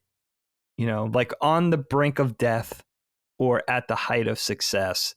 And kind of, if you think about their whole legacy, like every space in between that too. I mean, that's why I love doing this conversation with you guys, because they are just, if you're marketing, if you're armchair marketing, armchair corporate, armchair anything, armchair design, like their personnel, higher up, like their executives, like they're such a fascinating entity. Yeah.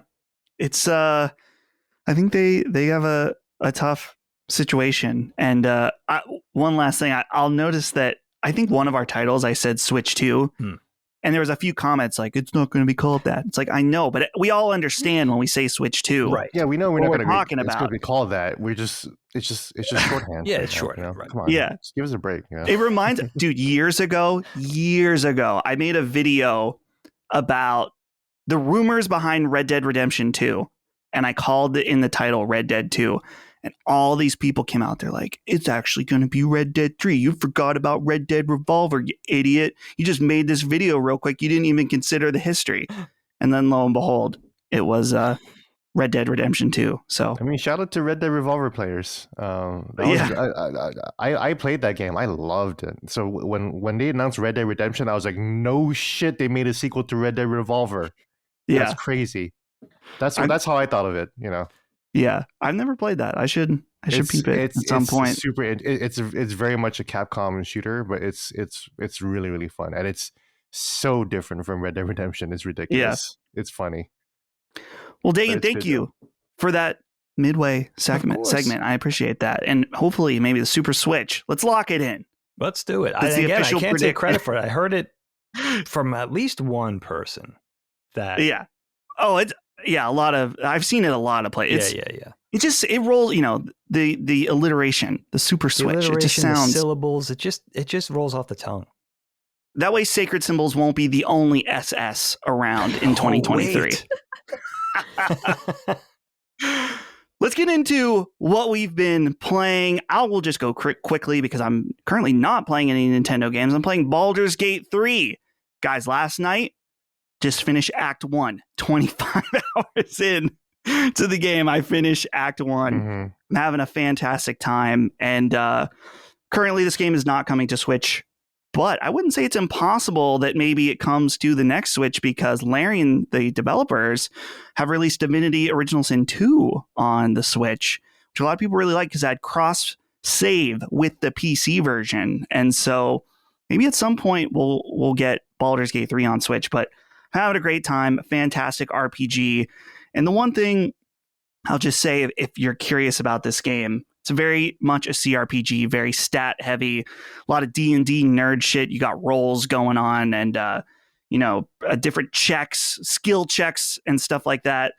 But the thing I'm loving the most about it is that it never takes itself too seriously. It's like a very deep fantasy world, but there's all kinds of wacky shit going on in this game. Whether it's like a squirrel that comes up and attacks you, and then you can like talk to it and stuff like that. You can talk to all the animals in the game if you have a certain skill to talk to animals, and they'll often say crazy stuff. Or just weird situations where I'm arguing with a goblin about he wants me to kiss his feet, and I tell him to fuck off, kiss my feet, and I pass the skill check, and then he does kiss my feet. Stuff like that. There's all kinds of crazy stuff in this game. I'm having a fantastic time. I did check out just a few minutes to check out the port of this game, but I want Mama Micah to take this away as a first-time potential addict of Vampire Survivors, maybe? Oh, yeah, absolutely. What I wrote in my notes was immediately addicting. And the first time I found like a treasure chest, I was just like, "This is incredible." That's the moment that the game gets you when it starts going bloop bloop bloop bloop bloop bloop, Yes. and you see all the bright colors, and you're just like, "Oh, I like this. I like that." Yeah. Yes. I like this a lot. No, this really got me. A couple things I wrote down. I really enjoy the feeling that like your character, you feel fragile at first. Like you're very vulnerable being surrounded by enemies. The first time you see like a large swarm of bats in that first stage, and you're just like, how am I supposed to survive this? It feels really great that you're just like, I gotta get out of here. You feel a little bit frantic. And then you sort of start to get the rhythm of the game. You start to understand, like, kill a few enemies, lead them away from the, XP crystals, circle back for them. Once you start to find that rhythm and get your own sense of like direction, that's when you really start to feel a bit more powerful, but you're still very vulnerable. You really need to level up like your abilities as you like keep going and survive as long as you can to actually start feeling powerful. But even then, like you get a little cocky and you're like, I can walk through this swarm of people, and no, you can't. So that's what I've just been really enjoying about it is just sort of the cadence of it, of like, I'm going to take out a bunch of guys. I'm going to keep choosing. I like to choose very offensive power-ups. So as opposed to upgrading my armor, I'm choosing to upgrade, my lightning ability type thing. And I'm just playing like very offensively with this. And it's only after I am just like surrounded by power-ups that I say, okay, maybe I'll upgrade my armor, or something like that. But it's been fantastic. Had a little bit of a blooper where I didn't realize I was getting money and I wasn't spending it on like power-ups, like the permanent power-ups. Permanent power-ups, that's where it is. Yeah. Once I started doing that, the game, I really started progressing. That's when I actually started unlocking the other stages, which was a whole other thing because I didn't Google anything about this game. I wanted to just go in completely fresh. So I had no idea how much content it had. And I played it for a few minutes, and my first thought was, wow, I should have bought the DLC because I already want more of this, but I didn't realize how many stages there were in the game. Once that stage select screen unlocked, and I was like, oh, there's quite a bit to this. I'm going to be enjoying this for a while anyways, but I still regret not buying the DLC when it was on sale because Nintendo had a like pre-order discount. I think it was 10% off. Not that it's very expensive, but it's $1.50. Exactly, but I still wanted it for a little bit less. But I want to say too, the soundtrack and sound effects really top notch. I mean, this is making me feel like the arcade experience I didn't get as a kid. I've been to an arcade once on a vacation, but I wasn't the kid who got to go to the arcade, with a stack of quarters. So this kind of gives me that feeling. It's just that type of game of playing until you die and then saying, like, all right, one more round. I guess I have to keep playing. I'm really enjoying this. It's very satisfying to play, and I'm having a blast with it. So I put Pikmin 4 on the back burner right now because I'm a little disappointed in, the final stage here. I don't want to spoil anything, but I'm just a little disappointed. Holly in did the that last last section. night. Yeah, so the last section of this world has disappointed me a bit. It's just not as engaging to me, essentially, without spoiling anything, just the environment's different. And I just am not enjoying it as much. So I'm going to definitely finish the game. I finish my games unless I really don't like them. And I do want to just see, the conclusion of it. But I'm not as stoked on it as I was. I was absolutely hooked on Pikmin 4 all the way through. And right now I'm just feeling like it's a little bit of a chore. So I'm going to get through it, but Vampire Survivors is completely taking my attention. And I'm just waiting until we're done with this to play some of it. So that's kind of where my That's head's so good at. to hear. I love that. Yeah. Oh, it's amazing. And Colin's jealous because it's on Switch and he doesn't want to play the Switch, but he wants to play it. And so I'm going to try and get him to try it out because it's just fantastic. He'll love He needs to play it. This is so great for him. You know, it's got the Castlevania aesthetic too. You know, I've never seen someone create artificial barriers to enjoying something like Colin does. He would love this game. Well, there's no trophies though, so then it's not worth playing. Wow. You know, so you should just play it on Steam because the trophy hunting is actually, well, I mean, there are trophies in the game. You have to complete the achievements, you know, because as you're completing them, then you get stuff. That's the best kind of trophy. You get stuff for completing stuff, you know. For anyone out there listening, though, Vampire Survivors, it should be known because Gene, you mentioned the price of the DLC. The price of the game is $5. Mm-hmm. Yeah, $5. And if you have some Nintendo Gold coins, I used mine and it was like $2.50. It's a good 80 hours for $5, guys. Yeah. Well, yeah, that's actually, I sent Dustin a message about that because I realized I always forget to earn the gold coins, like when I buy the physical games, but I always forget to like click on it and earn the coins. Mm-hmm. So I had like 5 or 6 games that were still within the window for me to earn those coins. And I ended up having enough to pre-order the game at no cost to me. It's free, yeah. So yeah, I was just able to use my coins for it. And that's like, yeah, totally. Make sure you do that. If you buy physical games, make sure you always insert the cartridge and do the My Nintendo Rewards thing to earn your coins because they add up pretty fast. Yeah. Shout out Vampire Survivors for being a fucking awesome game. Now available on Switch. Still need to check out the co-op at some point. So, Dagan, you were away for a bit. Did you get any time in on the Switch? Oh, yeah. While you were gone? Yeah, man. It's funny. It didn't go as planned because Colin and I have been really busy on Knockback. Not only are we running through the first 6 Final Fantasy games, as you guys know if you listen, and we're on 4 now, but we're also running through the Halo franchise. Just finished 2, working on 3, and we decided that we're just going to keep the train moving. We're just going to get that head of steam going and just keep going. So I didn't know how much time I was going to dedicate to Switch, but dude, I've been so busy now playing a bunch of stuff, skimming the surface on just about all of them, but I plan on spending quality time with each of these. But it started with being in Target, shout out to Micah, and I passed by a physical copy of Disney Illusion Island, and I was like, God damn it. And I had someone wrote in about that. I almost put that in, so sorry whoever wrote that in. I'm glad you check this out. This has been kind of a bigger release. But trying to ignore it because I was smitten from the trailers and everything with the design style and the high level of animation. So I already knew I was in. And also I kind of like this trend. I think we talked about it on previous shows, but this trend right now of like the zoomed out platformer where the world feels really big and vast. I mean, Sonic Superstars looks like it's going to be like that. Super Mario Wonder looks like it's going to be cut from that same cloth. I love these because they feel old school, but they feel like they took the platformer and really brought it to the next level. Like it feels a little evolved. And this game, I haven't spent a ton of time with it yet, but it looks amazing, but feels wonderful. So fluid.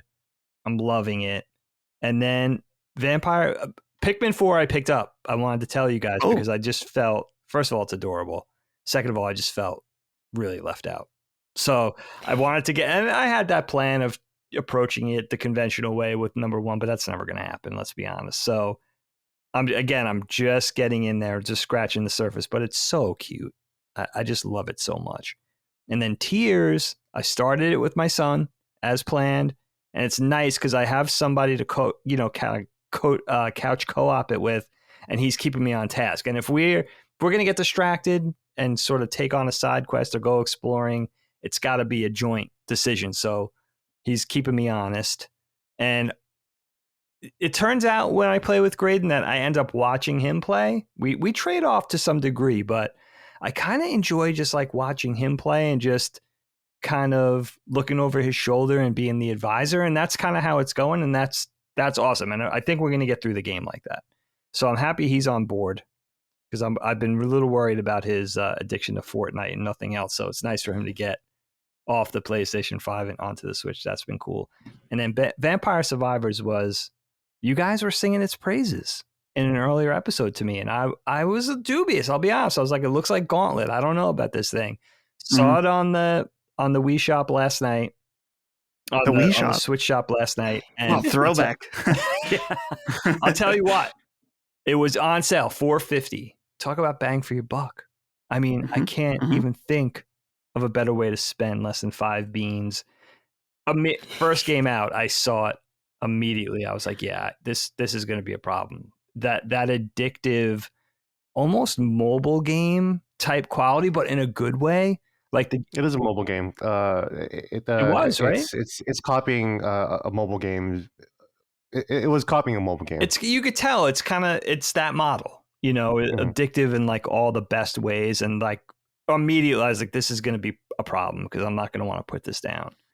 So fun. And you know what? I gotta say, I find it pretty. I didn't play that many times yet. Maybe 6-7 times I played last night. But I'm happy with the level of challenge. It seems like it's going to be kind of difficult. Definitely a game of timing and rhythms and stuff like that. And sort of a nice break from just the things we normally play, the more complicated things that we normally play, and how full a game could feel, even though it's really simple. It's pretty simple. Right? There's just enough to do, but it feels like a proper video game. I mean, you want to play it. Like Mike is saying, I'm excited for the show to end because I want to go play it. Like, I get it. I think the more people that try this game out, the more they're going to be like, why is this game only $5? Doesn't even make any sense. And then I'll save this because I think we're going to talk about it later. But tonight, I'm going to play the demo of Sea of Stars. Oh, yeah. Well, I actually just deleted a write-in just for timing, but let's go ahead and I'll read it now from Josh Games. Hey guys, talk about what I'm playing. Oh, right. Well, yeah, I was deleting the 2 write-ins about sure. Yeah. Hey guys, while not a Nintendo game, are any of you going to check out Sea of Stars? It's coming out on Switch. It is indeed. So it's not Nintendo proper, but it is coming out on Switch, so it's relevant. Given the continued discussions about Octopath, I thought that might be up y'all's alley as well. Thanks in advance. Keep on keeping on. So, Dagan, throwing it right back to you, just since you mentioned it. The demo's out on Switch. I had to check it out when I saw it in your show notes. And you know what? It's shades of Chrono Trigger, definitely like a 16-bit-esque-ish JRPG. And I have to say, I was even watching the trailer, I was like, yeah, this looks beautiful. The lush graphics. It looks really... It looks like a nice character study. It's so shocking. The lighting is so cool for a game gorgeous. That's pixel art. And it's different than Octopath. It has a unique lighting, but it's different. I don't know. It's hard to describe. Yeah, different aesthetic for sure. But of the same quality, but definitely a different look and feel. And I think the selling point was I found out it was a Sabotage game, and I loved The Messenger so much. In fact, Colin got me to play The Messenger after telling me time and time again, you have to play this game. And I was like, all right, I really like this studio's work and I have to check it out. So yeah, the demo is available now. So I'm looking forward to checking it out. And I think the game goes on sale in the next couple of weeks, if I'm not mistaken. End of the month, end of August. So yeah, I believe end of August. So we're getting close. Yeah, we're getting really close. I'll check real quick, but Sea of Stars release date. Yeah, it's coming up August 29th. So very, very soon. Very soon. Yeah, there's so much. I realized this morning, I was like, Armored Core 6 comes out this week, which is one of my most anticipated games this entire year. And I realized it just snuck up on me with all the different releases going on now. It's insane, but cool, man. I'm glad to hear you checked out that demo. I was thinking about that. I was like, this is a Dagan game. And I don't know if he knows about it. So I'm glad you took that initiative. And so, it definitely sounds great. And then we talked so much about Vampire Survivors. Lee Cool Jenkins, you wrote in about Vampire Survivors, but I think we answered your question. Wanted to shout you out. And then last but not least, Gene, I know you're playing a few different things right now. I'm playing way too many games right now, man. Yeah. There's one game I can't talk about. Which is dumb because it's coming out soon. And you can probably guess what it is, Dustin. And I'm also playing Starfield, which I can talk about. Well, I can say that I'm playing Starfield, and that's about it. But that is taking up a majority of my time. I don't think it's a spoiler to say that it's a big game. I don't think. I think 10,000 planets. Whatever fucking they said. It sounds pretty big. Yeah. 10,000. It's so, like what? I can't remember what they said it was. 1,000 planets. 1,000 planets. Oh okay. my god. Yeah. That's still a lot. Oh, Dagan, you haven't heard about Starfield? I didn't know it was that massive. It's 1,000 planets. Holy shit. So that's Starfield, obviously Xbox and PC. But on Switch, I've been trying to balance Starfield with other games. I've been trying to balance out my gaming diet. So of course, once I get addicted to Vampire Survivors. Like I said on Twitter, it's a game so good that it pulled me away from Elden Ring, God of War Ragnarok, and then Baldur's Gate 3 also, and then now Starfield. Like the game is that good. The game is so addictive that it'll pull you away from all those games. But on top of that, I also decided to try out Red Dead 1 on the Switch. Like I said earlier, Red Dead 1 used to be my favorite game of all time. So it's really nice to get back to it, and I still consider it a better game than Part 2, even playing it now. There's a quality to it that is very video gamey and cartoonish, and I miss that. That was part of the charm of that game, where every character you met in Red Dead Redemption 1 was some kind of kooky stereotype. And you don't really get that in Red Dead 2. Every character in Red Dead 2 is like some gray, like morally ambiguous, like well-developed character, and then you got to get to know them, and you got to get a read on their personality, and it's a little exhausting, just like the way the rest of Red Dead 2 is. But Red Dead 1 is like, here's a character, he's going to tell a few jokes, and then you go do the mission, and then you go shoot a bunch of people. The music is so good. And the conversion, it's the quote unquote conversion is really, really good. It looks better than it ever did on Xbox. You can go check out Digital Foundry, but they said that it's pretty much on par with the PlayStation 4 version, which is nice to hear. So that's about it on Red Dead 1. I did want to talk about a game that we haven't really talked about at all, and just released on the Switch, is Bomb Rush Cyberpunk. Yeah, I've been hearing a lot about this. I'm glad you checked it out. How's it treating you? Yeah, so it is by a Netherlands studio, Team Reptile, and they tapped the original composer Hideki Nagamura of Jet Set Radio to make and curate the music for Bomber and Cyberpunk. And actually, my buddy Wooly from the podcast Castle Super Beasts, he is on a track by Too Mellow that's in Bomber and Cyberpunk, and he's doing the ad-libs going yeah in the background. So really cool to hear my buddy ad-libbing in the background. But as for the game itself, for the old heads out there, especially in the Xbox and Dreamcast universe, you guys remember Jet Grand Radio and Jet Set Radio, two Sega games that didn't really do all that well, but they were really, really well beloved by people who played them, including myself. I love these games. They were really, really hard. They were really hard to control. But they're about rollerblading and jet set rating. They jet powered rollerblades, running around a city, and you're tagging it up. It's all about graffiti, and that is exactly what Bomber Cyberpunk is about. But I only played about 2 hours of it last night. I was really surprised that you can actually there are self-contained levels, and you can walk around them. You don't even have to be always like on your rollerblades, or you kind of start out with a skateboard, which is awesome. That's so cool. And you can just pop up. You can just jump on a rail and break out a skateboard, and you start grinding. The tricks is really easy. It's not like Tony Hawk levels where you have to press the directional buttons and do a certain button. You can just grind. You don't have to worry about balance, and you can just press Y, X, or A to do a trick, and that'll work. And then the tagging system is really easy. You just go up to it and you press the RB or the R1 button, and then there's a bunch of directional arrows, and then you just follow that, and then you're tagging.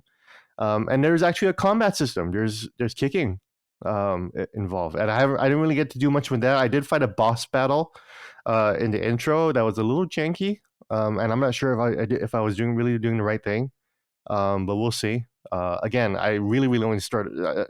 I'm playing so much Starfield that I really only had time to check out a little bit of Bomber Cyberpunk, but I really wanted to get into it before this podcast, and I really am looking forward to getting back to it, because again, it copies the Jet Set Radio style. It's all cell shaded animated. And it's copying again the street vibe from Japan, this distinctly street wear from Japan, like that Splatoon offers too. Very fashion forward, a lot of buttons, a lot of colors, very cool stuff. And and it's not even made by Japanese folks. It's just made by a bunch of folks from the Netherlands. But I think they really captured the vibe of the original Jet Set Radio. And that's really great to see, because those games were really overlooked. It's so funny that you say that, Gene, about Splatoon, because when Splatoon came out, I always thought that inherently this is channeling the Jet Set games. It really, Splatoon felt like that. Not just with the tagging and the painting, but with the fashion and the style, very stylized. It's the same vibe. Yeah, the music is very similar too. That's so cool. So, yeah. Yeah, I feel bad because I feel like this game it had a lot of excitement, of course, leading up to its release. And now it just feels like it's releasing at a time where people are so invested in big games. Fucking Baldur's Gate 3, Armored Core 6, Final Fantasy 16, and Starfield. That's crazy, man. That sucks for this game. Like fuck Horizon Forbidden West coming out at the same time as Elden Ring. Like think about prayers for Bomber Cyberpunk, man. Yeah, I keep wanting to check this out. It's please check it out. It's only $40. Oh, I was going to ask if it's a premium. That's reasonable. Yeah. Same as Disney. I don't know how long it is, but I think games like this should be supported. Yeah, absolutely. Dude, I remember. Oh, go ahead, Micah. Oh no, I was just gonna say, and some of this, when you play something that's just completely different, it's just a really great reset. Mm-hmm. Something I appreciate so much about Vampire Survivors is that while there's strategy to the game, like you do want to be alert and think about what you're doing, what power-ups you're choosing, control scheme, it couldn't be simpler. This isn't a game that you have to... Exactly. Like, this is not a game that's going to take all of your bandwidth, and it's something that you can play alongside another game. Mm-hmm. It's just something different, fresh, and simple. And so I think, like Gene said, supporting some of these different style games, it's like, yeah, you can play something like this alongside one of the other releases and have it be your palate cleanse. When you've played, 40 hours of Baldur's Gate 3 and you want a little bit of a break, why don't you come play one of these smaller games for a bit? Yeah, I love that. Yeah, that's a great point, because all of these games are so complex. Baldur's Gate 3 is so complex. You got the dice rolls, and you got the skill checks and persuasions, and you got like all these different characters and like literal personalities you gotta have a read on. You're gonna have Armored Core 6, where you have to balance like, oh, is my robot generating enough heat for me to move? Like, you literally have to think about like considerations like that on top of fighting a From Software enemy, right? Yeah. Like, you have to worry about balance, your aerodynamics, and then you fucking play Starfield, where you're fucking exploring 1,000 planets. I'm actually legitimately going insane, like playing all these games. I'm not sure how my mind is going to survive. And I'm trying to even explain this to my editors who think that I'm just playing video games. And it's like, oh, you got the movie critic sitting in Oppenheimer for 3 hours. Oh, boo fucking who? You got to watch Oppenheimer for 3 hours. And meanwhile, I'm trying to learn how to play hockey, baseball, and soccer all at the fucking same time. Yeah. Dusty, what I just thought of? The Vampire Survivors multiplayer looks amazing. Mm-hmm. Why don't the four of us? It's only local co-op. Oh, it's only local. Oh. Yeah. Trust me, that'd be a fantastic idea, but they haven't figured out online. Oh, that sucks. Yeah. I think, Mike, I don't know how you feel about this. Maybe a small production area at the reception. The four of us will get together, rip out some quick Let's Plays at the wedding. It won't be that distracting. It's practically a photo booth. I mean, that was literally my thought. I was about to say, well, the four of us will be at the wedding. So you might as well monetize the wedding, pay it off somehow, right? There you go. Exactly. Let's create, we have the Let's Play at the Moriarty wedding. We throw that into the next episode of Punching Up that's associated with that week. I think it's a great idea. Yeah, it'll be a mini LSM Live, right? Yeah. Dude, okay, wait. Well, I don't know if I should ask. I don't know if I will spoil it, but if you are doing a photo booth, I feel like it's going to be a perfect opportunity to get, whether there's a photo booth or not, we're getting all the different photos of all the different crews at the wedding. Like, we got to when we're all dressed up. There will be it's a selfie booth. I did not spring for the actual like mall style photo booth. They had them, but like, man, that was like crazy expensive. But I'm getting what's called a selfie booth with like props. My parents go to family reunions every year and they have one and people have a great time with it. So I was like, all right.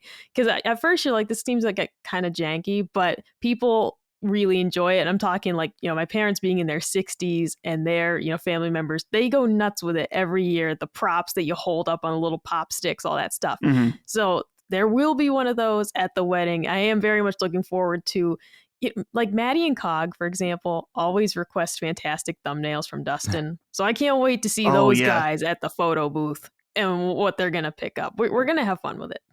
What kind of photo booth I hate, and that's become a trend these days, is that fucking one where the camera spins all around you, and then 4 people are in the middle, and then you all start posing as the camera spins around you. Yeah, you've seen that, right? Yeah, I have not. Yeah, it's at like every event. Like they've been at like gaming events too, and like you always see like other gaming personalities and other gaming journalists being like, hey, and then as the camera spins around. We had that Asian journalism convention. I'm like, I fucking hate these things. I hate the way they look, and I hate the way you look in these videos. That's just what I'm saying. I think these videos look so stupid. I hate how corny they look. Yeah, and no one ever does anything interesting like as you're posing anyway. Yeah, that's a good point. Stop. Yeah, no creativity. Yeah, so don't have that. I'm glad that there's a regular old selfie booth. I'm glad. Yeah, the selfie booth, or that's all you need. You don't need to pay someone to be there, because you're just going to be like, they're just a barrier to like, hey, I want this photo on my phone. Exactly. So this will be like you'll have an option to have it just emailed directly to you as well. So it's like, so there is an official thing set up. Yeah. Oh, okay. Yeah, it's gonna be a small like camera on like a tripod with, I believe, like the little light on it. So it's nothing too elaborate, but it should. What I signed up for was that like you should be able to like type in your email address and perfect. Get your photos later. Oh, that's cool. I also may have the option to just have it go to my email address and then I just like distribute the photos later. Okay. I haven't sussed that out with them yet, only because I haven't had the meeting with that guy. I went over the initial options, but yeah, I went for that because I just thought this will be fun for everybody. Simple enough, not too much pressure, like a video type thing like Gene was talking about. We want to keep this low key and enjoyable. Yeah, you don't need the guy that's like, hey, let's get a silly one, everybody. It's like, we're at a fucking photo booth, bro. Of course it's going to be silly. Yeah. Well, actually, Dustin, you'll like this. I'm looking at the different photo booth props, and one of them was a cigar. And I immediately texted Holly because I was like, all I could think of was like, I think you should leave. And what was it called? The drive-by crooner? Yeah, whatever? What was he doing? I got to figure out a way how to make a living off this. That's awesome. That's a stupid skit. Like, yeah, I didn't like that skit at first, but like I think like a lot of that skits from that show, like the more you like sit on it, they grow on you. Yeah, it kind of grows on you. Yeah. It's funny. Holly mentioned that to me, and now you guys are like, oh yeah, you gotta have the feather. You can shove it down someone's throat. Wow, what a great show. I don't have Netflix anymore, and it really sucks because I've only seen season 3 one time, and then I got rid of Netflix, and now I'm suffering. So it's too good. Yeah, I watched it once. I didn't like season 3 as much, but me neither. Again, I think I have to. Yeah, right. But I think I gotta watch it again to kind of like maybe let it settle in. Yeah, but marinate. But I did feel like the other seasons had jokes where like I got them and like I thought they were immediately funny. Obviously, like the burger, like give me that burger. Give me that. Yes. So the one that you and Colin, Micah, always reference. Oh yeah, that one and Dan Flashes are my favorite. Yeah, I mean those were like just like immediately funny, So I don't know, dude. Dan Flashes. I want to get a Dan Flashes shirt. You can get them on Etsy. Dude, wear it to the wedding. That would be... I don't want to be too distracting. I mean, the patterns are so complicated that... I don't want you to upstage us. Yeah, that would be... upstage you. That would be really bad. So, all right. So, that's it for what we've been playing. And I mentioned... told you guys, like, not a lot of news. We're going to have a lot of write-ins. So, I don't know if we're going to need all these write-ins. I'll pick from some that are specifically Nintendo related, and then we can get out of here. I thought this one from Christian might be good to go over because I didn't realize this. Christian says, hello, punching up crew. While some games are changing their release dates to avoid Spider-Man 2, but one man is going one-on-one on release date. That man is Mario. Super Mario Bros. Wonder is releasing the same day as Spider-Man 2, so it'll be the battle of the console exclusives. Which one will you choose? Spider-Man? Mario? Or do a Barbenheimer and choose both? Cheers. Christian, I feel like this is, you laid it out. This is the double feature day where maybe you're playing Super Mario lightly throughout the day. It's like a daytime game. And then Spider-Man is like the settle in for a little bit. But Gene, I don't think you'll have this. I mean, you'll have this problem just before everyone else if you have these games. I'm having the problem like all year. Yeah. So, Micah, I'm not gonna have that problem because I'm probably gonna be playing both. I'm definitely gonna be playing both games before release. So I guess the way I tackle it will be kind of like what you said. Spider-Man 2 will probably be the shorter game. I think people underestimate how long and how difficult Mario games are. Spider-Man 2 will be the easier game to get through. So I do think that I might prioritize Spider-Man 2, if also because the story is one, a lot more important in that game than it is for Mario, and two, one I'm really looking forward to. I'm really, really looking forward to Spider-Man 2. Spider-Man 2 is my most anticipated game of the year. I really, really want to find out what happens in the story. And I thought that I was kind of over Spider-Man. Like I was just like, like with the rest of Marvel. And then I watched Spider-Verse and I was like, okay, I really like that. And then like the more I'm thinking about Spider-Man 2, I'm like, I really, really need to play this game soon. And then Mario Wonder, I think people are going to sleep on it, but it could be a sleeper game of the year. It's Mario. It's a fucking Mario game. Yeah, absolutely.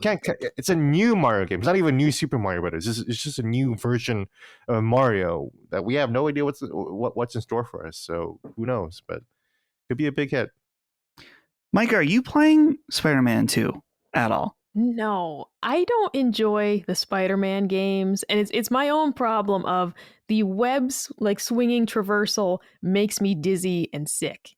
I can't. This is not the game's fault because Colin was like, the traversal is like incredible. And I said, it is. It's too incredible and it makes me dizzy. So it's just an unfortunate thing for me that's so much of the game. You're not just going to go walking around the city to get to each destination. All right. Like, so it's just not for me. Unfortunately, like VR, imagine it's the just walk one of those run things. of Spider-Man. I don't think I've ever seen that. Yeah. Right. Well, I would do that in like the Arkham games, for example, I would just have Batman just walk very slowly from point to point, just because, just to mess with my roommate because we play the games together. But yeah, unfortunately for me, it's very much the VR situation of as much as I'm interested in that game, it is not good for me. And so I don't know what it is with my eyes. They don't like it. So Spider-Man is out for me. I'll definitely watch Colin play it because there's something different about me passively watching than me being the person in control of it. I don't know why that is, but I'll certainly observe the story as he's playing it. But for me, it'll be Mario Day instead. That's what I'll be focusing on.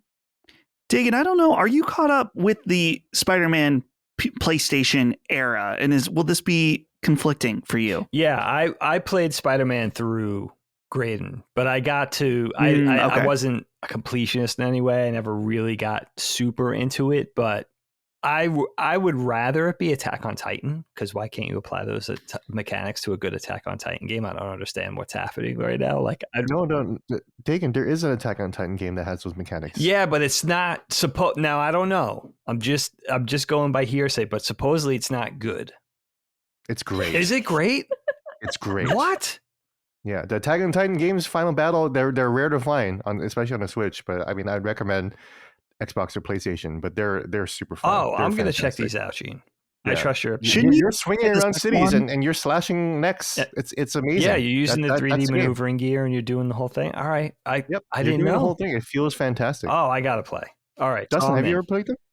I own the first one and I've never played it. I got it on sale. When my local video rental store went down, the last of its kind, I bought Attack on Titan on PS4. Well, yeah, I'm glad you bought it, but yeah, definitely give it a shot, especially part 2, because you have your own self-insert character and you got to do that alongside. I heard about Eren that. Yeager and Levi and all those characters. Oh, dude, that's so sick. Yeah. Yeah, and so you're playing the from the perspective of a different soldier, and you're watching the events of Attack on Titan happen in front of you as you're fighting alongside Eren, Yeager, and everyone else. I just thought they were bad. I don't even know why. It was like one of those things where I wasn't paying enough attention. It was like I heard one thing and I was like, all right, I dismissed it. But see that? Thank you, Gene, for that. But for this conversation, I'm in for both. I do like the Barbie Oppenheimer comparison because these are very different things tonally. So that comparison really not only timely, but that fits. And I got to say, though, I'm really looking forward to Wonder. I got to echo Gene on that. I think it's going to be really, really good. I was really tickled by the trailer. I think it looks different enough. And I think they're really leaning on this game, too. I mean, there's other stuff coming out later in the year. Obviously, we got RPG and everything coming out. But I think this is going to be, if all the conjecturing and the guessing and the, if that's all correct with the next console coming out, I think these games have to be the connective tissue. So it seems like it's it's going to be important for it to do well and for it to be good, obviously. Right. So, yeah, I'm in. Absolutely. You got me thinking about Attack on Titan now. I'm not fully caught up yet. Dude, that show is so good. It makes me feel, I feel patriotic thinking about Attack on Titan. Not for America, of course, but for the world of Attack on Titan, where they're doing like the stance, and they're like, for the Survey Corps. Yes. Oh yeah, dude. It brought me back to anime. Good. I mean, it really did. I was out for probably 5 years before I heard it was good. Some YouTuber talking about it. I was like, all right, let me see what all the buzz is about. So good.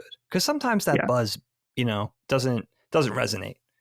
But yeah, it's special. Even Colin liked it. He stopped. I was gonna say, you guys did it. You did an episode of Knockback about season 1, right? Or did you guys just talk about it on? No, we talked about it a lot. But he never got past the beginning of season 2. Maybe he was out right before it started getting really good. Yeah, so good. We need more anime representation on Knockback. I'm getting upset as the producer. I have no control over the show, but I'm going to push for this, It's a lot of arm twisting. Well, you know what? You got to jump in, or Gene or Micah, you guys jump in and place a Colin to do those episodes. Yeah. Right? That sounds great. Yeah. Guys, let's do one more. I have so many written here, but I like this one because it's something now, especially that I look at all 4 of our video screens, that is pretty important to us, it seems. And it's from Logan Donaldson, who says, "Hi, everybody. As we find ourselves embarking on the unceasing march towards an all-digital gaming future, I've been brainstorming different ways to satisfy that desire for tactile connection with my favorite games. Towards this end, I've been admiring everyone's merch-laden backdrops. I'm wondering if you had any suggestions for high-quality gaming merchandise, such as statues, clothing, and miscellaneous doodads. Keep up the great work, Logan." So yeah, I think all 4 of us, Dagan, I see your World of Nintendo sign every week, and I'm like, damn, I want that. That's Uncle Collins. Dude, it's so cool. But yeah, I'm obsessed with gaming merchandise, that it's a bad thing. Like, I remember when I got my first anime figure, I thought, oh no, I'm breaking the seal here. That's exactly what happened. I had to put up this little shelf here so I could have my my different figures and stuff. And it's funny, you can see some of the other stuff I have here. It's just like the tip of the iceberg. And let's see, Micah, you've been to my house, but Dagan and Gene, you haven't. No. And there's shit everywhere. I mean, it's good shit. It's the stuff that I like, obviously, with Amiibo and Nintendo stuff, but yeah, it's kind of all over the place. But I guess Logan's asking, like, where, or where we get these things. Specifically, if we're going Nintendo, I gotta recommend, surprisingly, the Nintendo website. They have like that merch section there, which is stuff goes in and out of stock all the time there. But like, they had a lot of cool Tears of the Kingdom stuff. Like, Gene, some of the stuff that you saw at the Nintendo World was there. But I don't know if I have any real like specific like go-to locations. I just try to always make sure that I'm looking around for like a good deal on stuff. Like, stuff goes on sale all the time. If you follow like Wario 64 or something like that, to see different types of of merchandise. But Micah, I know you're also into figures as well. Obviously, you have a fantastic collection of Dragon Ball Z figures back there. Is there any place that you go to specifically for that, or just any kind of other gaming merch in general? Yeah, so one specific store that I sign up for their emails to get, new release updates is Entertainment Earth. I always keep up to date with what they have. That's where I get most of my anime figures from, and you can pre-order things from them. Play Asia as well. I mean, I just ordered for Colin some Amiibo from them. I mentioned that on the last show that he wanted for his collection. And some of them, like, they have some that are really expensive, but a lot of them were just decently priced because you're just getting the, Japanese release instead. He just wants them to display on the shelf. He doesn't care whether or not it's the North American, box or whatever. So things like that, if you're not too picky, you can find a lot of stuff on PlayAsia.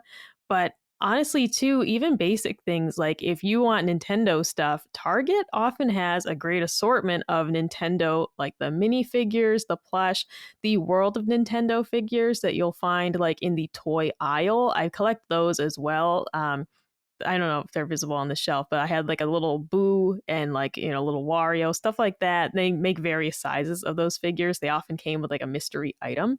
So those are always good to check out. Those will usually be though in the actual toy aisle and not in the like the Nintendo section where like the plush and stuff are. And then also too, just specific brands to look for, like Figma makes really high quality figures. I was gonna say those Figma, are the ones that those are the ones that often come with like interchangeable faceplates and stuff. I have the Joker one, I have the Splatoon, the Octoling girl with like the orange haired one. I have her. Ooh, and they're really high Figma? quality. Oh, yeah, they're really high quality. I recommend those for sure. If you're not really into changing the pieces out, they might not be for you, but they're affordable for what you get, all the different options, like the Joker one, for example, you can switch out the hands and make all these different poses. So I recommend checking out that brand specifically. I do skew more towards anime figures, so some of my recommendations aren't quite gaming related unless they're like pop figures, which you'll also see behind me. But there's quite a few, reputable places out there. Colin orders a lot from like Big Bad Toy Store. That's just another reputable place, in my opinion, that you could check out. But Entertainment Earth is definitely my favorite in terms of finding some of these figures and like that type of merchandise. And, maybe you're not into the look of pop figures, but they certainly have a ton of them for a lot of different franchises and brands. Just another option that's very affordable as well. Gene, you're limited on space being in, DC in an apartment. So I'm curious, first of all, like what places you recommend, but also how does the selection go in? Because I remember a few weeks ago, you're like, I got no more room for something like that. So, and do you swap things in and out? Like how do you? I just don't have room. I just have to, I'm just piling things on at this point. Yeah. I don't have a plan to not drown in merch and figures and toys. But yeah, I mean, first of all, I echo everything Micah said. Micah took everything that I would have said out of my mouth. Figma, Good Smile, right? The Nendroid figures. Again, like the Big Bad Toy Store. Call it. I even shop on Amazon. Just to do a quick Amazon search and see what's there. Some of it might be overpriced, but sometimes you might get a pretty good deal. But in terms of trying to shelve everything, I'm trying to figure out. Probably gonna do some fall cleaning, I guess, eventually once things stop being busy after October, where I would maybe just rearrange my shelf behind me. I think I'll definitely keep Cloud up there.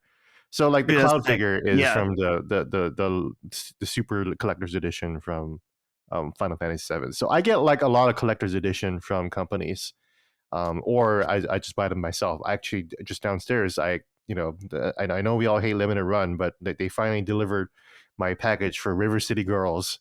With the River City Girls figures. I'm actually super excited to get off this podcast right now and go check those out. But I have no fucking place to put them. I don't know where to put Kyoko now, so I don't know. I don't know what I'm going to do. It came way too late where now I just don't have a lot of shelf space. But, I think I definitely want to rearrange my shelf to have more prominent figures. The only anime figures I have Dustin, are of Asuka and Rei. Oh, dude. Just those are two. on my list for Japan when I'm there, because I know there's like used anime statue and figure shops. I'm like, that's where they'll have some of the awesome. Yeah, so I only have Asuka and Rei from the Evangelion Rebuild series specifically. Oh, yeah. I love the new rebuilds. versions, the fresh and clean versions. Oh, right? so good. But yeah, those are the only two girls. And also, well, actually, I lied. I have one more anime girl. She's the main character of God, Fatal Bullet. What is it called? That Netflix show. I don't know it. Sword Art Online. Fatal Bullet. Oh, okay. Yeah. Well, that's the video game version. Where are we at on? There's a anime where it's about a really tall girl, and she hates being super tall, and she's trying to find a way to not be so tall and not feel like a freak. And then her friend recommends doing a VR MMO. And in there, she is a really, really short little girl who ends up becoming really, really good at the game, and she becomes like the number one killer in the VR world, and she's like this little pink girl. So I have her.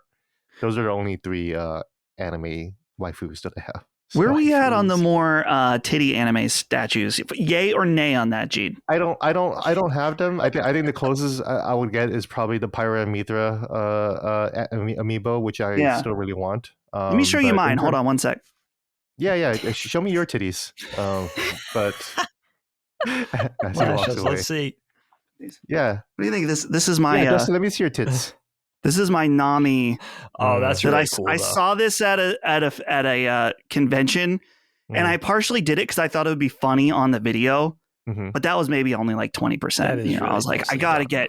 I always say I was a big Nami fan before she became the bikini Nami, but see, when I was setting up my shelf, I just realized I was like, I need my dad's help to set up the shelf, and he's gonna see this, and it's just like, it is what it is. What are you gonna do? I'm a man now. I'm not objecting against objectifying women, you know. I'm a man. I have no objection for that. I mean, that's barely even titty. That's very tasteful, you know. That's tasteful. I mean, that's tasteful. I think it's tasteful. She's quite busty. I mean, she's busty, but you know, I mean, for my collection, but I mean, look at Nami though. Pretty, you know, yay. Yeah, that's true. You can find some. I've seen this on the internet. I didn't go searching for it, I swear, but you can find ones of like Tifa in very particular like off downward dog pose, right? They're bad. Yeah, that's some hardcore shit. Yeah, because I follow Good Smile on Twitter because I want the Nendoroid updates, but they make some absolutely weird figures, and it's just like, it's the ones where they look unhappy. It's like they're in a bunny suit and they look upset about it, and it's like, I don't like the implication that she doesn't want to be in the bunny suit, that she doesn't want you looking at her in the bunny suit. I don't like those. Are they ones. licensed those or ones no? creep me out. Are those typically licensed, or are they? No, oh yeah, not these really. are like especially the Tifa downward dog one. I don't mean that. That's not official. So. I mean the creepy ones though from Good Smile. I mean, that's a reputable company, and they're like new from whatever weird show. And it's just like, here's this character. She's 17 years old in a bunny suit and looking weird about it. I don't like those. Those ones, I can't do that. See, here's the only reason why I don't have big titty waifu figures in my house. Dustin, you're married already. You're right. Not, that's a big part of it. If you bring a lady over and she sees this, well, dude, if let's say I wasn't married and a woman comes over and she sees this and she stays, great sign. Yeah. Well, yeah. You can kind of use this as a litmus test. Yeah, exactly.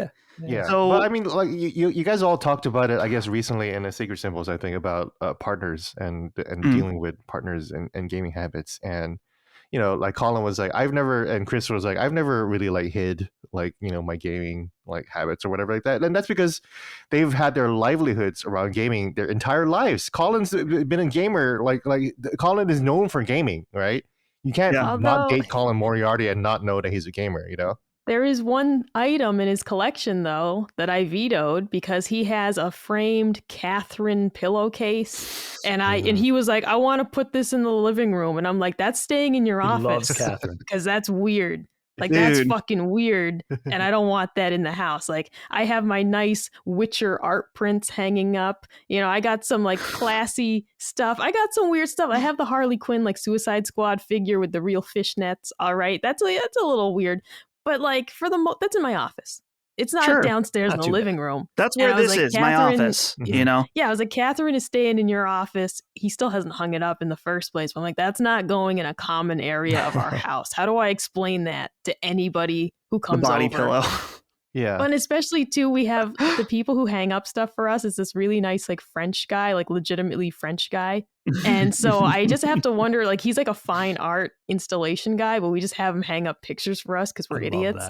And I just have to wonder what he thinks as he's hanging up like Mega Man prints and Witcher prints and a bag from Super Potato that's in a frame. Like, what is all this stuff he's probably thinking? But I can't have him hanging up a Catherine body pillow. Yeah. That's too far for me. I can't request that from him. But I'm different from Chris and Colin is that I've never been in the gaming space. I've only been a gaming journalist since 2019. So this only recently became an all-encompassing lifestyle for me.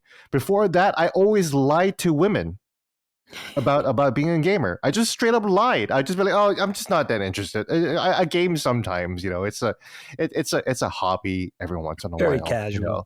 And then they'll come over to my apartment and there'll be nothing there. There'll just be a PlayStation, but there would be no posters, there'll be no figures. All of this shit behind me is just from the last few years. That's it. You know, this is an accumulation of like a decade of like collecting like you guys have. I love that. You know, I've always lied to women about who I am. Damn. And that's why I've been successful. Yeah, I mean, it worked for you. Yeah, it works, you know. Lying is a great way to move ahead in life. I'm just saying that. No, Gene, that can't be the message of the show. He already said I'm okay with identifying women. It's one of the messages. Well, Dagan, after all that, listen, I had a more natural segue, but it's we'll just throw this over to you. I know you like art books a great deal. I do. And I appreciate that. I have a few myself. I have like the Persona 5 and 4 art book and stuff. And I think that for our write-in, who was it here? Logan. These art books are fantastic way to get a better insight into the game and really love them. Have that tactile thing. So I'll let you take it away from here, though. Yeah, we're talking to Logan, right? So, yes. I mean, I'm at a point where I'm trying to curate the collection more because I feel like my collecting over the years has been very willy-nilly, unfocused, chaotic, right? I'm into a lot of things, new games, retro games, over multiple consoles, by the way. You know, t-shirts, toys, Western comics, manga, plush, the art books, Lego sets. Like, I'm all over the place. So I'm at this point where I want to curate, sort of refine, direct things a little better. Because I feel like not just my office, and maybe it's okay, but for me, like it's reached a real hoarder sort of pack rat energy. So if I'm giving Logan advice as somebody who's going to start to collect, I would say like direct your collecting to something you love the most, which is what I'm trying to do. It's almost like a challenge to myself to refine things and narrow it down to what I really care about, right? So you could do that in multiple ways. Like you could bullet point it. Do I want to collect by a franchise I really love, like Mega Man, Dragon Ball, whatever it is, right? Do I want to collect over a developer's body of work? Like, do I want to collect all Capcom stuff, Naughty Dog, Kojima, whatever, right? Or do I just go in for a character? I want all Mario. I love Mario. I just want all Mario stuff. Mario plush, Mario, stationary, whatever. Just Mario anything. That's kind of cool. I like that.